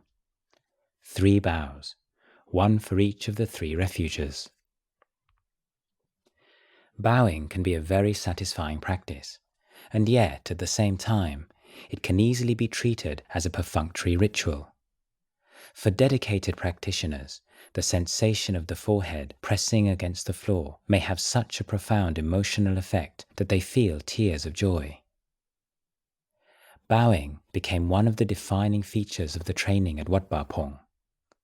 Luang Por and his disciples bowed a great deal, far more than was usual in Thai monasteries. Monks in the city sometimes referred to Wat Pah Pong as that monastery where they bow all the time. For Luang Por, bowing was both a short ritual reminder of the guiding ideals of Buddha, Dhamma and Sangha, and a practical tool for grounding awareness in the present moment. In most monasteries, monastics bow to the Buddha on formal occasions, such as during the morning and evening services, or on paying respects to a senior monk. Luang Por taught, in addition, that his disciples should bow every time they entered or left a building, and every time they approached or took leave of a senior monk. Monks at Wat Pah Pong could expect to bow over 100 times a day. Bowing as a means to regularly re-establish mindfulness was a practice Luang Por had learnt as a young monk from Luang Pu Kinari, and one on which he laid great store. Bowing is very important. Although it's only a physical gesture, it's part of the practice. You should bow in the correct way, and when you're in a group, bow at the same time as everyone else. Don't arch your body, don't hurry too much. With body straight, slowly incline the head downwards until your forehead touches the floor. Place your elbows about 3 inches from the knees. Bow slowly, mindful of the body. Bowing helps to cure conceit. You should bow often. As you prostrate 3 times, keep in mind the qualities of the Buddha, the Dhamma, and the Sangha. Don't make the mistake of watching how others bow. If young novices are sloppy, or the aged monks appear unmindful, that is not for you to judge. People can be difficult to train. Some learn fast, but others learn slowly. Judging others will only increase your pride. Watch yourself instead. Bow often. Get rid of your pride. When you hear the monastery bell, bow before you leave your kuti. On the first bow, sincerely recollect the virtues of the Buddha. On the second bow, sincerely recollect the virtues of the Dhamma. And on the third bow, sincerely recollect the virtues of the Sangha. Then, slowly walk out of your kuti. If, when you arrive at the central area to help with the sweeping or some other group activity, you realize that you forgot to bow, then go back to your kuti and bow. Train yourself until bowing becomes second nature to you. When the work is over and you go back to your kuti, then bow again. Bow before you start to meditate. Bow before you leave your kuti. Don't let this practice slip. Continually maintain it. If you go to urinate or defecate or to have a bath, then on your return, bow. Develop this practice until you remember it wherever you are. As soon as you sit down, you bow. With a mind of faith, bowing down while recollecting the virtues of the triple gem can cause the hairs to stand up on the back of your neck and for you to feel thrilled by rapture. Respect for elders. In the discourse on non-decline quoted earlier, the 5th of the factors predictive of the non-decline of the Sangha is listed as respect for elders. Luang Por, always with an eye on the long-term welfare of his monastery, made this a key feature of Wat Pah Pong culture, and he considered it a vital element in sustaining the kind of social harmony appropriate to a community of samanas. Over the course of time, friendships and occasional enmities rose and fell away within the community in the natural way. But by insisting that monks always relate to each other strictly within the boundaries provided by monastic etiquette, Luang Por did much to prevent significant cliques and divisions from developing in the monastery. bowing played a central role. The requirement that on formal occasions monks bow to all other monks senior to them gave Sangha members a constant reminder of the principle that considerations of seniority always took precedence over personal likes and dislikes. In addition to this, whenever a monk entered into a formal conversation with another monk more senior than he was taught to keep his hands together in the prayer-like Anjali for the duration of the conversation. Such a practice was a great help in ensuring that any words spoken were mindful, polite, and appropriate. The Thai language itself supports such right speech. In conversation, word choice is often determined by the relationship between the speakers. The specific words and phrases denoting respect to elders were always used in speech between monastics. Honorifics were never omitted. An objection is sometimes made that these social conventions muddy the waters between internal feelings of respect and external expressions of it. But does not a fixed, respectful attitude, irrespective of true feelings, encourage hypocrisy? It was not seen in that way. The principle that Luang Por constantly drew upon in his training at Wat Pah Pong was that wholesome actions, performed again and again as observances, promoted correspondingly wholesome mental states. Thus, by acting in a respectful manner again and again, wholesome thoughts and perceptions were promoted and prioritized, while the unwholesome ones were marginalized. In fact, many of the protocols guiding the relationships between junior and senior members of the community would already have been familiar to monks when they entered the Sangha at Wat Pah Pong. Over the course of hundreds of years, certain features of monastic etiquette have been adopted by Thai society as the gold standard for good manners. This is particularly true with regard to the showing of respect to elders. Mindfulness of physical space and relative position is an immediately obvious expression of these protocols. In Wat Pah Pong, a junior must never stand above a senior who is sitting down, nor walk close by him without acknowledgement. If the senior sitting down is his teacher, the student needing to pass squats down and continues by on his knees, head inclined. If the monk sitting down is senior to him, but not his teacher, he inclines his head as he walks by, making himself smaller. A junior monk never touches one senior to him on the head. He never reaches above the senior's head without first asking permission. He always sits on a lower seat. In any formal setting, he never speaks without first asking for permission. If the senior is his teacher, or is a revered Sangha elder, he bows 3 times every time he enters and leaves his presence.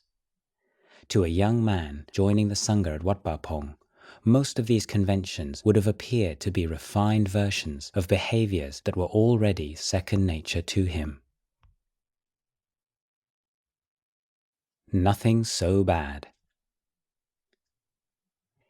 In the Majjhima Nikaya, Sutta 122, the Buddha said to his loyal attendant, "Indeed, Ananda, it is not possible that a monk who delights in company will ever obtain at will, without trouble or difficulty, the bliss of renunciation, the bliss of seclusion, the bliss of peace, the bliss of enlightenment." One succinct teaching that Luang Por's disciples had drummed into them from the beginning of their monastic life and came to sum up the values of Wat Pah Pong was, eat little, sleep little, talk little, practice a lot. The dangers of gossip and frivolous speech crop up either directly or indirectly in a number of the Sangha regulations. Luang Por maintained that practice would only really develop when monks were ready to face up to suffering and learn from it. Idle conversation was a prime means by which monks sought to suppress or distract themselves from suffering. That was not its only drawback. The topics of idle conversations stirred up the defilements of all involved. Socializing for frivolous purposes often led to dissension, and it undermined the harmony of the Sangha. Of all the detrimental activities that I've seen since I've been living in the forest, None is worse than monks gathering together for frivolous conversation. This has the most harmful results. But it's also the thing that monks and novices find hardest to abstain from. It's right here that things go wrong. I don't see it as having any benefit. It damages your practice, your work. It's unfitting, and after it's over, it gives rise to remorse. There's nothing good about it. This is where things have gone wrong in the past, right here. When you get together like this, then your speech becomes exaggerated. You start talking nonsense, laughing and teasing each other. All kinds of foolishness appear. In a group, you start joking and playing around. Then your mind becomes agitated. You don't realize how loud your voice is because you have no self-awareness. You're lost in the pleasure of it all. It's right there that you need to be mindful, not just when you're by yourself. When you're alone, you don't need so much mindfulness, but in a group, you need a lot.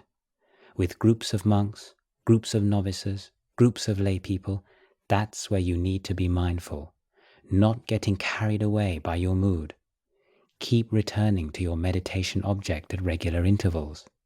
In company, your practice needs to be on a very high level.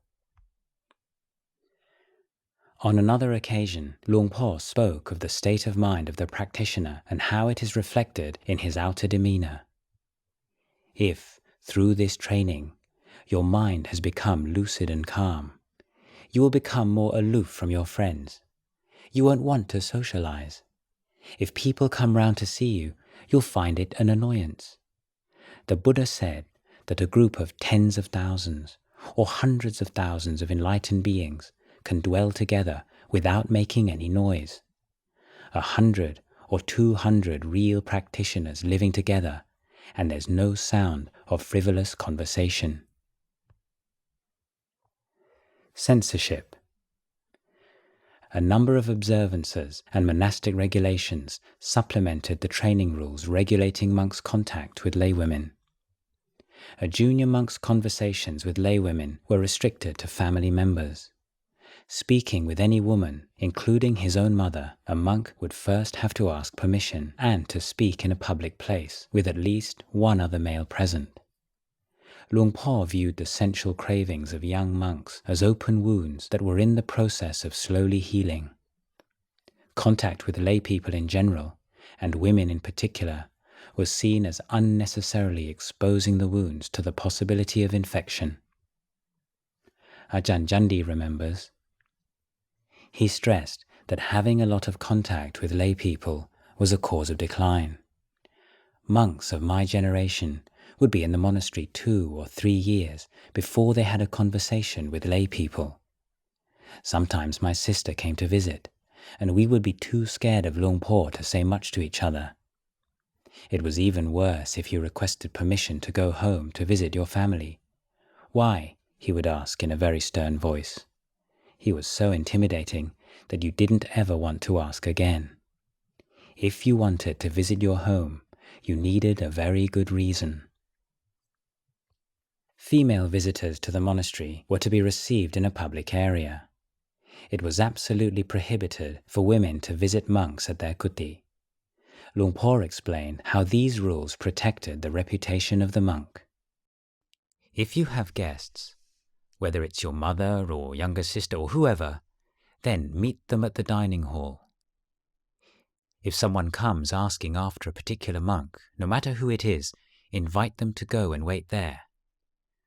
Why aren't you allowed to receive guests at your kuti?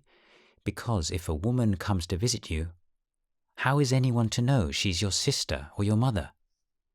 How is anyone else to know that it's not your ex-wife or old girlfriend? To a modern eye, Luang Por's attitude may seem overly paternalistic. But paternalism was precisely the point. Monks voluntarily entered into a father-son relationship with the teacher, and by doing so, ceded to him the right to make such judgments concerning their spiritual welfare. Luang Por's deep knowledge of the workings of the mind made him keenly aware of how strong and deceitful the mental defilements can be.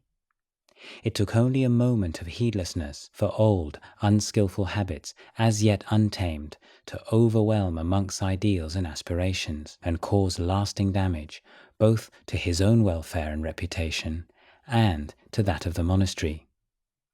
Given what was involved, over-vigilance, like the over-engineering of a load-bearing structure, was the wisest policy. The strictures on contact with lay people extended to correspondence.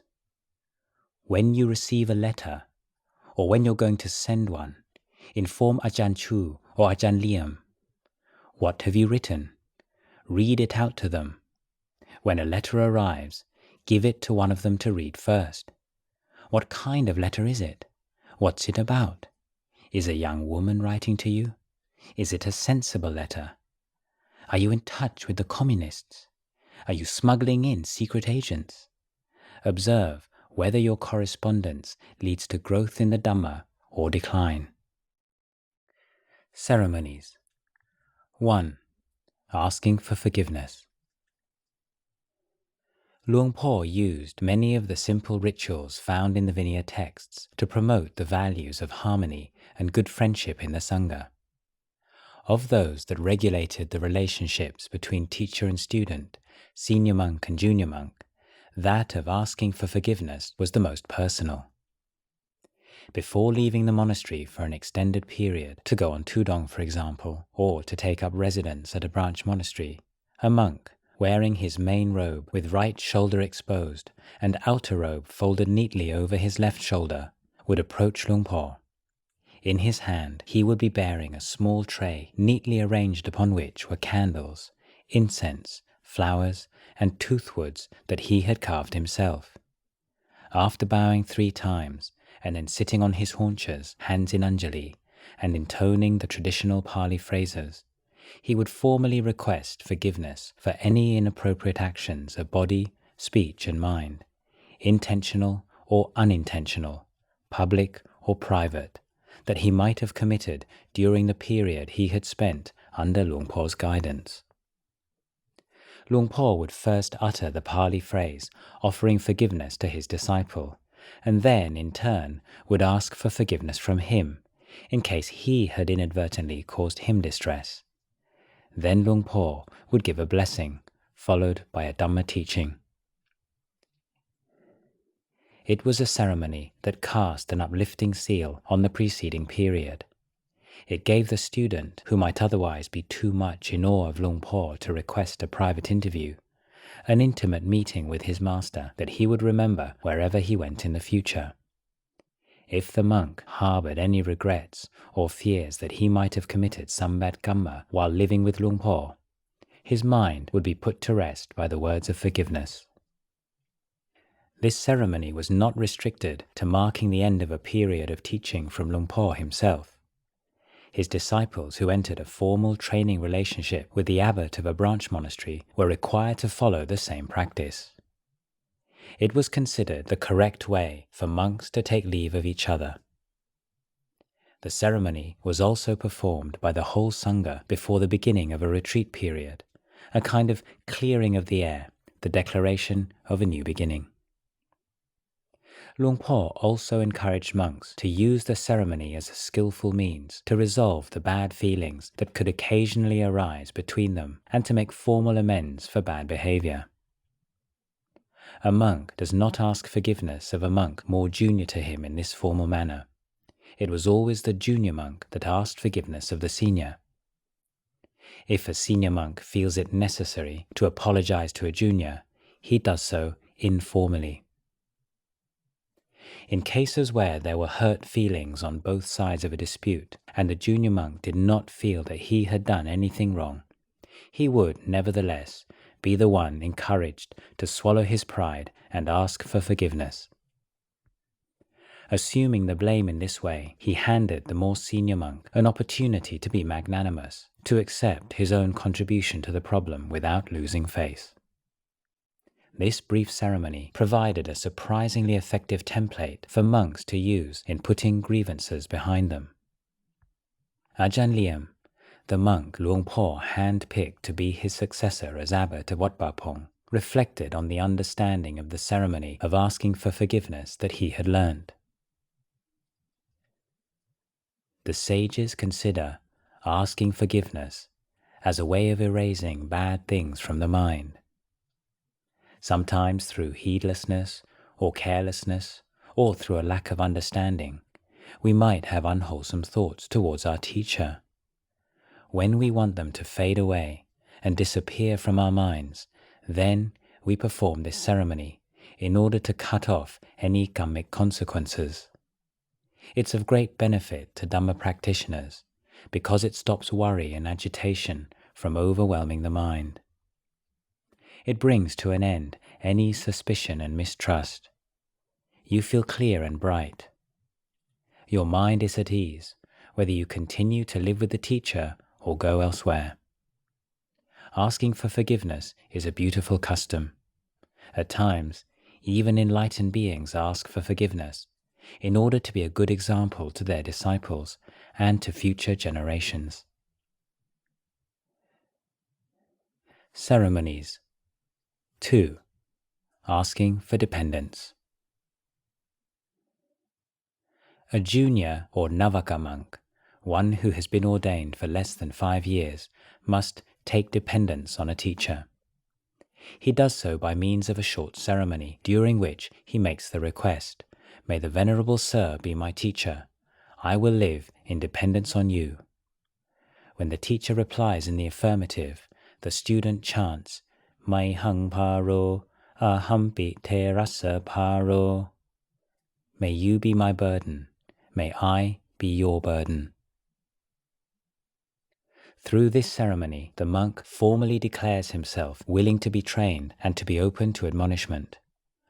Only after the initial 5-year training period is over does the monk earn the privilege to live independently of a teacher.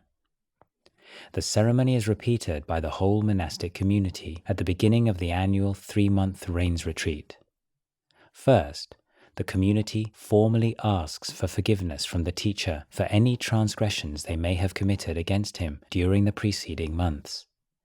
Then, they renew their request for dependence upon him for the coming retreat. The teacher gives a blessing to his disciples and then an exhortation. On one such occasion, Luang Por taught, "You have now requested dependence. It's as if you have nowhere to live, or your home isn't big enough, and you ask to live in somebody's house and become their dependent.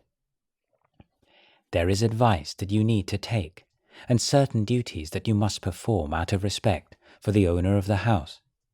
One of the duties here is that on every occasion that I teach you, you take my words away and reflect upon them and then practice accordingly. My duty is to assist you with all your material needs and to teach you the Dhamma and various observances." So, from this day onwards, our relationship will be that between teacher and disciple. As teacher, I give you Dhamma, reflections, perspectives, knowledge, and so on in a fitting measure. As you have asked me for dependence, I am happy to grant this and have no qualms about it. If we look on each other like father and son, then our relationship will be one of mutual trust. The Buddha taught us that if we go to a monastery and it seems to be a suitable place, then, on the first or second day, whenever there's a convenient occasion, we seek permission from the teacher to stay on for a while longer, or ask for dependence from him straight away. Then you can say, "If the Venerable Abbot should see my conduct or manners to be at fault or inappropriate, then I invite you to please, out of compassion, admonish me. I will take away what you say and reflect on it accordingly." This is a truly excellent thing to do. If you don't do that, then the teacher doesn't know what he can say to you. He doesn't know whether or not you're willing to be admonished, whether you'd be upset by anything. So, inviting admonishment is important. It signals respect. When a teacher such as myself hears that invitation, he feels reassured. If the disciple does something wrong, then the teacher knows that he can say something. He feels encouraged to give guidance and teaching.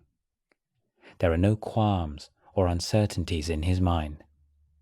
Asking for dependence creates a closeness between teacher and student. The disciple opens himself up, humbles himself, and a deep mutual understanding can develop. According to the discipline, a monk with more than 5 rains is expected to have gained sufficient knowledge of the Dhamma and discipline to live independently of a teacher if he wishes. He should know what is an offense and what is not, what is a heavy offense and what is a light one, and the way to atone for offenses committed. Not all of those who have been monks for 5 years have, of course, gained this level of maturity.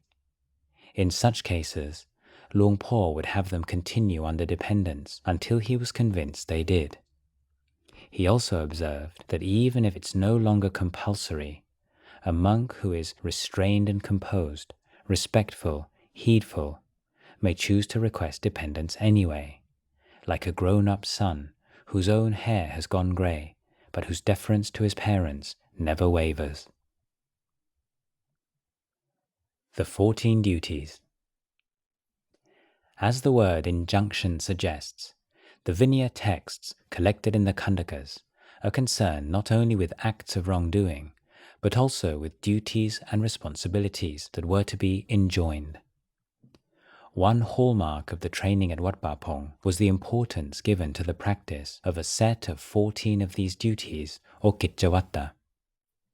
Luang Por held that they promoted the individual monk's development of mindfulness, circumspection, thoroughness, and attention to one's responsibilities, at the same time as nurturing the harmony and integrity of the Sangha. These duties are as follows. 1. The duties of a visiting monk on arrival at a monastery. 2. The duties of resident monks towards visiting monks. 3. The duties of a monk on leaving a monastery. 4. The method of showing appreciation of merit. 5. The duties in the dining hall and when receiving a meal outside the monastery. 6. The duties on alms-round. 7. The duties of a forest dweller. 8. The duties towards the dwelling place. 9. The duties in the firehouse. This is a precursor of the modern sauna and used for medicinal purposes in the time of the Buddha. 10. The duties in the toilet. 11. The duties of a disciple to his preceptor. 12. The duties of a preceptor to his disciple. 13. The duties of a disciple to his teacher. And 14.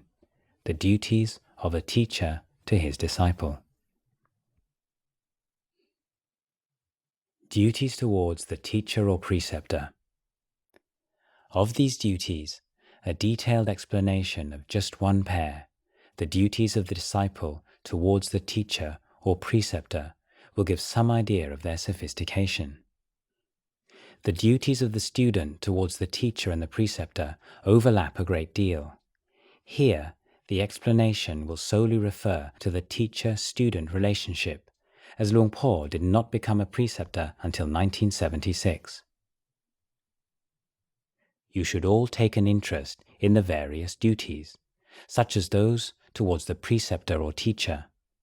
These duties bind us together and create a sense of community and harmony. They enable us to show our respect in a way that's been considered auspicious since the time of the Buddha. The teacher-student relationship laid down in the texts is governed by the idea of mutual responsibility. The teacher performs his responsibility to the student by teaching him and acting as a good example. The student performs his duty to the teacher by dedicating himself to the study and application of all that he has been taught, and by performing various services for him.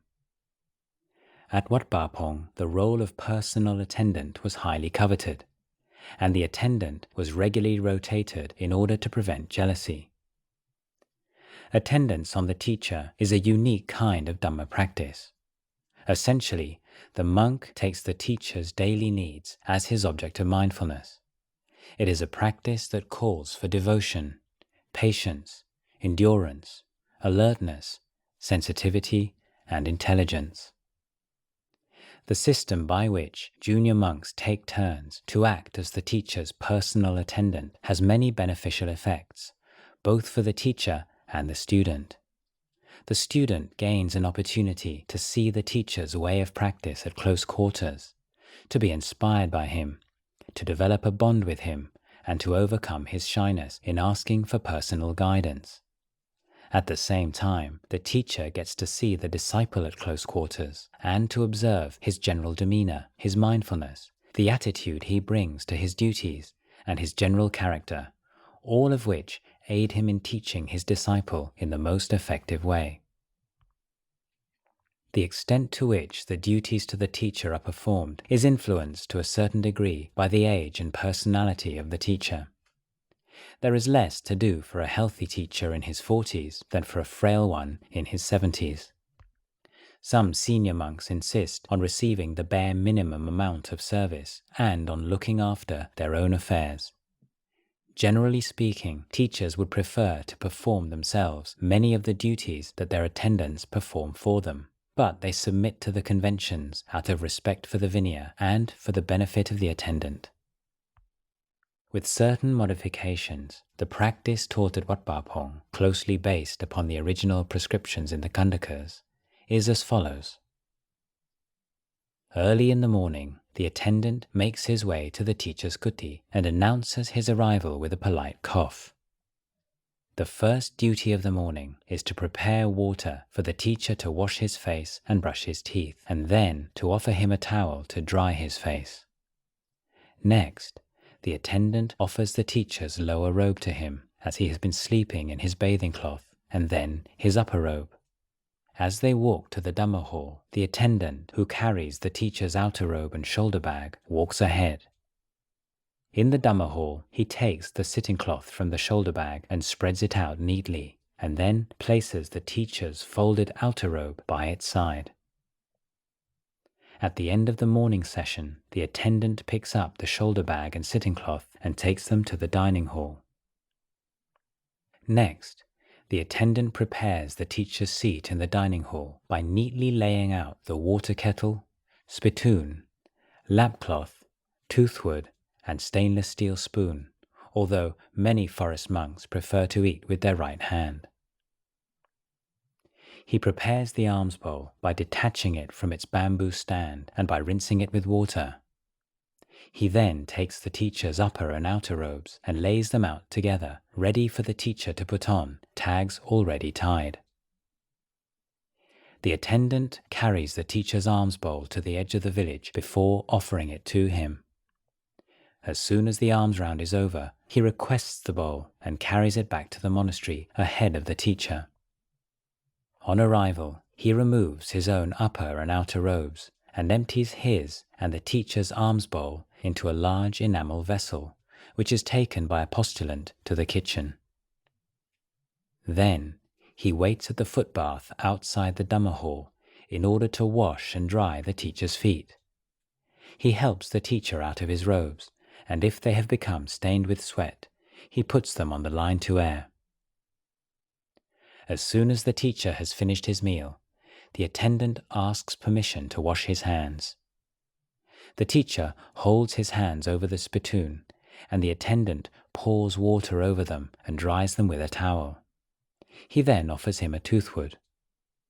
Following this, the attendant cleans up the teacher's seat and takes his bowl and spittoon away to wash, after which he takes the teacher's bowl back to his kuti, where he stores it next to his own. If the teacher is receiving guests during the day, The attendant monk sits quietly at his side and offers any assistance that might be needed. If it's very hot, for example, or there are mosquitoes, he may fan the teacher. If he wants to open or close a window, he must ask permission. When the teacher has company, he does not interrupt or speak unless he is spoken to. If women come to see the teacher, he is always present to ensure that the teacher is never alone with a woman. He acts as the teacher's secretary, reminding him of any upcoming appointments. He may arrange a refreshing drink for the teacher if he has been teaching for a long time. He makes sure that the teacher takes any medicines he has been prescribed at the proper time. If he notices that the teacher is tired, then he tries to find a polite way to encourage guests to leave and allow the teacher time to rest. The attendant monk keeps the teacher's kuti clean, seeing that it is swept and wiped down regularly. Every day he sweeps the area around the kuti, the walking meditation path, and the path leading to the kuti. He makes sure there is a constant supply of water in the earthenware jar for bathing and in the water kettle for drinking. He regularly puts bedding out in the sun to air. Pillowcases and blankets are regularly washed. He either makes necessary repairs to the kuti himself or informs the Sangha of what needs to be done. He keeps the toilet spotless. He makes sure that soap, toothpaste, etc. do not run out. The attendant monk is responsible for washing the teacher's robes. He does not abandon them on the clothesline, but watches over them until they are dry, and then folds them neatly and returns them to the teacher's kuti. The attendant monk prepares a fresh bathing cloth, a towel, and soap for the teacher's evening bath, which may either take place at a large earthenware jar in the open or in a bathroom. If the weather is cold, or the teacher is ill, the attendant may arrange for some hot water to be prepared. Elderly monks sometimes sit on a chair while bathing. Others stand, tipping water over themselves with a dipper from a jar. The attendant monk helps to soap the teacher's feet, legs, and back. He does not touch the teacher's head. He asks permission before his first touch of the teacher's body. Some teachers do not like to be helped with their bath, in which case the attendant stands to one side, holding the towel and fresh robes. Or he may take the opportunity to wipe down the teacher's sandals. After the teacher has dried himself, he wraps the towel around his waist, and the attendant squats down and tugs the wet bathing cloth down and puts it in a pail of water in order to be washed out. He hands the teacher a clean bathing cloth and lower robe. Afterwards, he collects the teacher's robes and shoulder bag and takes them to the Dhamma hall in preparation for the evening session in the same way as he did in the morning. Last thing at night, the attendant prepares the teacher's bed. He makes sure there is fresh drinking water, and if the teacher is elderly and there is no toilet in the kuti, he places a spittoon by the bed, which he will empty in the morning. In the cold season, he lays out blankets. If the kuti lacks mosquito screens, he prepares the mosquito net. If he has the necessary skill, he may offer the teacher a massage. Finally, when all the teacher's needs have been met, the attendant bows 3 times and leaves him to rest. For a number of years, the monk considered to be foremost in the practice of service to the teacher at Wat Pa Pong was Ajahn Jayasaro. In those days, Luang Por would usually go to bed in the early hours of the morning and would get up at about 5. I would offer him water for washing, hot and cold, and toothwood. To begin with, I'd just offer some water for him to wash his face and rinse out his mouth. But in later days, I'd ask to take his false teeth away to clean. As for helping him put on his robes, washing them, applying medicinal cream to his body, making his bed, and so on, If you could do a good job, he'd let you do it. If you did it awkwardly, he'd rather you didn't bother. Sometimes he'd throw you out. He wouldn't like to tell people to do personal things for him. He'd never tell you to clean his false teeth for him, or empty the spittoon full of his urine. Nor would he tell you to wash his feet, or wash his robes. He would never say anything like that. But if any of his disciples were devoted to him, and wanted to perform the duties towards the teacher as are laid down in the texts, and that monk had a certain competence, then he would give permission. A great contemporary of Luang Por Chah, Luang Por Li, gave one of the most memorable accounts of service to the teacher. The precision, the attention to detail expected of him would be recognized by any of the disciples of Luang Por Chah. To be able to stay with Luang Por Man for any length of time, you had to be very observant and very circumspect. You couldn't make a sound when you walked on the floor. You couldn't leave footprints on the floor. You couldn't make a noise when you swallowed water, or open the windows or the doors. There had to be a science to everything you did. Hanging out the robes, taking them in, folding them up, setting out the sitting mats, arranging bedding, everything. Otherwise, he'd drive you out, even in the middle of the rains retreat. And then you'd just have to take it and try to use your powers of observation. Every day after our meal, I'd go to straighten up his room, putting away his bowl and robes, setting out his bedding, his sitting cloth, his spittoon, his tea kettle, pillow.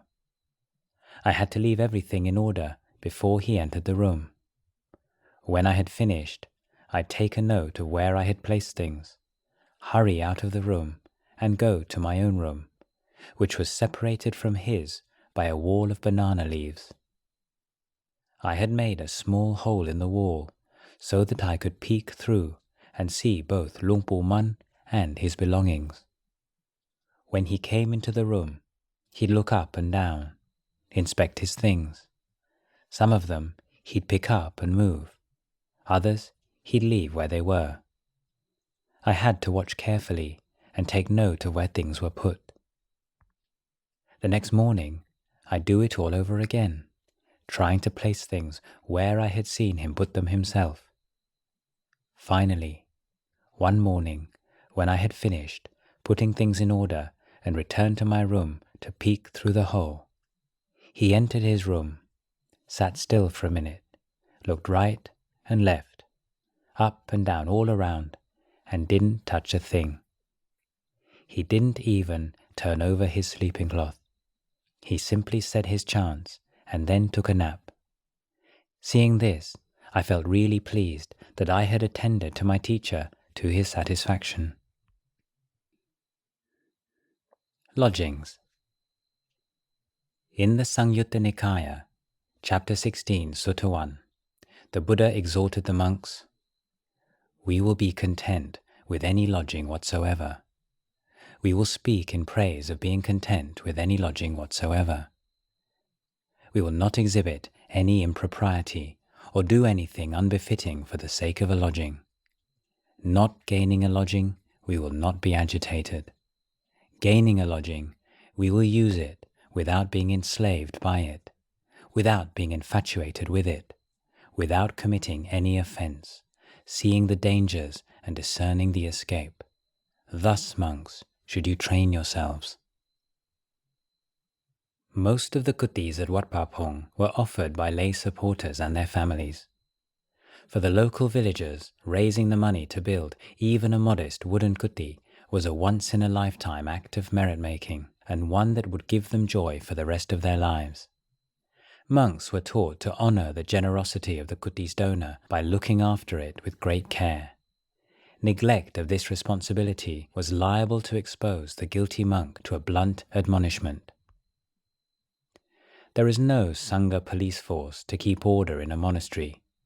No corporal punishment is meted out to poorly behaved monks. When standards in the monastery dipped, Luang Por's appeals were generally to wise shame.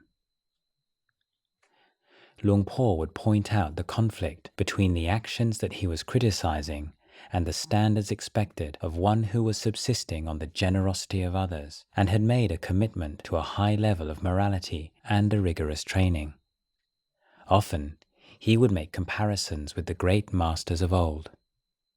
On one occasion, towards the end of his teaching career, the state of the monastery's toilets prompted a talk so hard-hitting that afterwards it had the more senior monks reminiscing about the good old days. During the 6th reign, Chao Kun No of Wat Thep Sirin was a royal page. When the king died, he became a monk. The only time he ever left his kuti was to attend formal meetings of the Sangha. He wouldn't even go downstairs to receive lay guests. He lived in his kuti and slept in a coffin. During his entire monastic life, he never went on tudong. He didn't need to. He was unshakable. All of you go on tudong until your skin blisters. You go up mountains and then down to the sea, and once you get there, you don't know where to go next. You go blindly searching for nibbana with your mind in a muddle, sticking your nose in every place you can, and wherever you go, you leave dirty toilets behind you, too busy looking for nibbana to clean them. In his seamless approach to the training, neglect of the toilets was not a small matter. It was an indication of a worrying lack of mindfulness and responsibility that could not help but infect the other areas of the monk's practice. Don't turn a blind eye to the state of the kutis that you live in and the toilets that you use every day. Lay people from Bangkok, Ayutthaya, all over the country offer funds for our needs. Some send money in the post for the monastery kitchen. We are monastics, think about that. Don't come to the monastery and become more selfish than you were in the world. That would be a disgrace. Reflect closely on the things that you make use of every day. The 4 requisites of robes, alms food, dwelling place, and medicine. If you don't pay attention to your use of these requisites, you won't make it as a monk. In the old days, there were no water toilets. The toilets we had then weren't as good as the ones we use today. But the monks and novices were good, and there were only a few of us. Now the toilets are good, but the people that use them are not. We never seem to get the two right at the same time. People bring new toilet bowls to offer. I don't know whether you're ever going to clean them or not, but there are rats going into the toilets to shit and geckos, rats, geckos, and monks all using the place together. The geckos never sweep the place out, and neither do the monks. You're no better than they are. Ignorance is no excuse with something like this. The situation with regard to dwelling places is especially bad. The kutis are in a dreadful state. It's hard to tell which ones have got monks living in them and which are empty. There are termites crawling up the concrete posts, and nobody does anything about it. It's a real disgrace. I went on an inspection tour shortly after returning to the monastery, and it was heartrending. I feel sorry for the lay people who've built these kutis for you to live in. Everything you use in this life are supports for the practice. Venerable Sariputta kept wherever he lived immaculately clean. If he found somewhere dirty, he would sweep it with a broom. If it was during alms-round, then he'd use his foot. The living place of a true practice monk is different from that of an ordinary person. If your kuti is an utter mess, then your mind will be the same. Taking care of the buildings in the central area of the monastery was not only a duty, but also a means to propagate the Dhamma. By living frugally, practicing contentment, and maintaining high standards of cleanliness, monks could inspire the laity without saying a word. Make this a good monastery. Making it good doesn't require so much. Do what needs to be done. Look after the kutis and the central area of the monastery. If you do, lay people who come in and see it might even feel so inspired by religious emotion that they realize the Dhamma there and then? Don't you feel any sympathy for them? Think of how it is when you enter a mountain or a cave, how that feeling of religious emotion arises, and the mind naturally inclines towards Dhamma. Think about the lay people.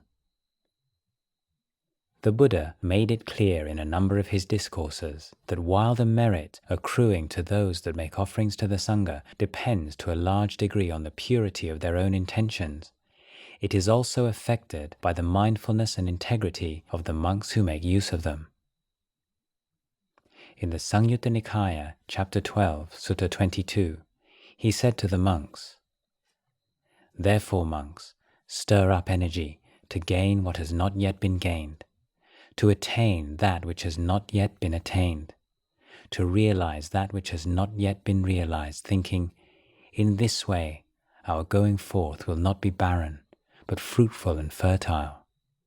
So too, the alms food, lodging, and medicinal requisites we use will bring those who have offered them great fruit and great benefit. Thus, monks, should you train yourselves. Perceiving one's own benefit, monks, one should exert oneself heedfully.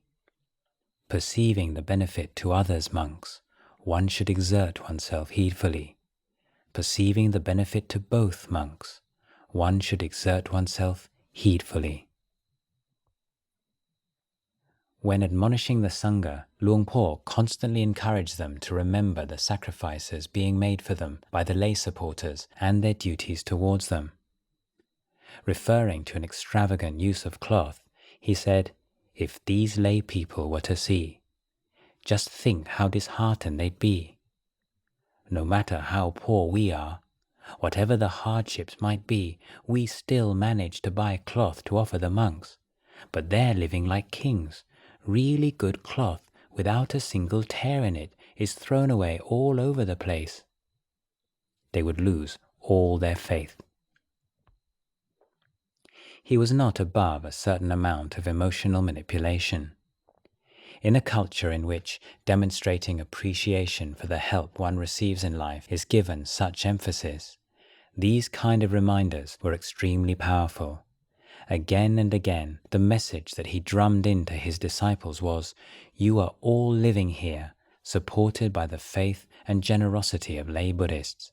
It is your responsibility to honor that faith by practicing with sincerity. Not doing so is creating very bad karma indeed."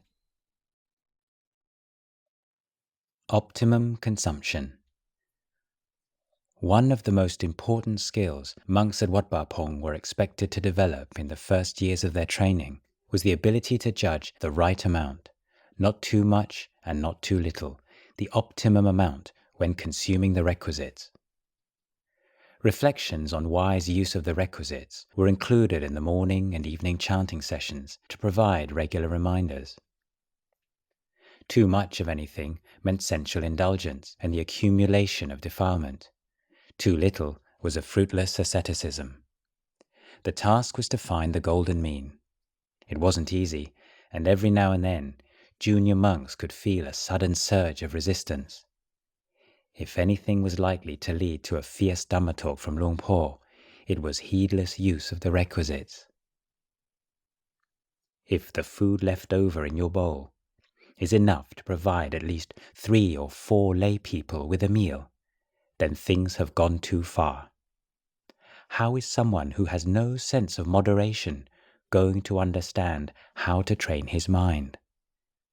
When you're practicing sitting meditation and your mind's in a turmoil, where are you going to find the wisdom to pacify it? If you don't even know basic things like how much food you need, what it means to take little, that's really dire. Without knowing your limitations, you'll be like the greedy fellow in the old story who tried to carry such a big log of wood out of the forest that he fell down dead from its weight. How much is enough? Is this too much? Is this too little? These were questions that monks were to ask themselves constantly in their use of the requisites. The ability to recognize the optimum amount in any situation and to keep to it, together with sense restraint and wakefulness, were declared by the Buddha to be the 3 apannaka, or always relevant virtues, and they were a favorite basis for Luang Por's Dhamma talks to the Sangha. You aren't what you eat. Vegetarianism can be a vexed subject in Buddhist circles. In Theravada Buddhism, eating meat is considered unobjectionable as long as one has not killed the animal oneself or played a direct part in its death. The Buddha did not forbid monks to eat meat dishes, provided they were sure that no animal was killed specifically to provide those dishes for them. Having said that, 10 kinds of meat are prohibited: that of human beings, elephants, horses, dogs, snakes, lions, tigers, leopards, bears, and hyenas. Consumption of such meats was either socially unacceptable in the India of the Buddha's time, or else considered dangerous to the consumer. Apparently, the odor that would be emitted by his body would tell wild creatures that he was an enemy. A key ideal of the mendicant lifestyle is that monks should be easy to look after, grateful for whatever they are offered, and not fussy about food. If a person puts meat into a monk's bowl on alms round, the monk is expected to accept it out of respect for the act of generosity. Whether or not he eats it is up to him. The Buddha considered vegetarianism in the Sangha to be a matter of personal choice and refused to make it compulsory. There is evidence in the discourses that on occasion he himself consumed meat, most famously the pork dish that he accepted from the blacksmith Chunda, which was the immediate cause of his death. Luang Por adopted this even-handed stance towards vegetarianism. He himself ate meat, as did most of his disciples. In the 1980s, a sect appeared in Thailand which set great store by vegetarianism and sought to proselytize its views. It translated passages from Mahayana Buddhist polemics on meat eating and proclaimed that monks who ate meat were breaking their precepts. Some monks at Wat Pah Pong, influenced by these pamphlets, renounced eating meat. Subsequently, a certain amount of tension developed between those in the monastery who ate meat and those that did not. Luang Por was asked for his view. His chuckling reply was that neither group was more virtuous than the other. The difference between them was like that between frogs and toads. If someone eats meat and attaches to its taste, then that is craving. If someone who doesn't eat meat sees someone else eating it and feels averse and angry, abuses or criticizes them, and takes what they see as their badness into their own heart, then that makes them more foolish than the person they're angry with. They're also following craving. Luang Por said that monks were free to decide for themselves as to whether or not they ate meat. But whatever they decided, the most important point was that their actions be guided by Dhamma rather than attachment. If you eat meat, then don't be greedy. Don't indulge in its taste. Don't take life for the sake of food. If you're a vegetarian, don't attach to your practice. When you see people eating meat, don't get upset with them. Look after your mind. Don't attach to external actions. As far as the monks and novices in this monastery go, anyone who wants to take on the practice of abstaining from meat is free to. Anyone who just wants to eat whatever is offered can do that. But don't quarrel. Don't look at each other in a cynical way. That's how I teach. Liberation, he told them, was not dependent on what kind of food they put in their body. It was the result of training the mind. Understand this. The true Dhamma is penetrated by wisdom. The correct path of practice is Sila, Samadhi, and Panya. if you restrain well the sense doors of the eyes, ears, nose, tongue, body, and mind, you will be at peace, and the wisdom that comprehends the nature of all conditions will arise. The mind will become disenchanted with all lovable and attractive things, and liberation will occur. Regarding the debate as to whether the historical Buddha ate meat, he considered the whole argument to be based on a false premise. In fact, the Buddha was neither a meat-eater nor a vegetarian. The Buddha was beyond these kinds of discrimination. As one completely beyond all defilement, it was incorrect to see him as a person who ate this or that kind of food. Ultimately, he was not anything at all, and merely took nourishment into his body at appropriate times. On another occasion, Luang Por related a cautionary tale about a monk who took up vegetarianism unwisely. Eventually, he couldn't manage it as he wished, and he decided that being a novice would be better than being a monk. He'd be able to gather leaves himself and prepare his own food. So he disrobed and became a novice. Everything went as planned, but his defilements remained. He started thinking that being a novice meant that because he ate their rice, he was still dependent on other people. It was still problematic. He saw water buffaloes eating leaves and thought, well, if a water buffalo can survive on leaves, so can I, without realizing the difference. So he gave up eating rice and ate only roots and leaves, 7 or 8 long bekar pods at a go. But that wasn't the last of it. Now he started thinking, I've become a novice and I'm still suffering. Maybe it would be better to live as a postulant. And so he disrobed. Now he has completely disappeared. That was the end of him.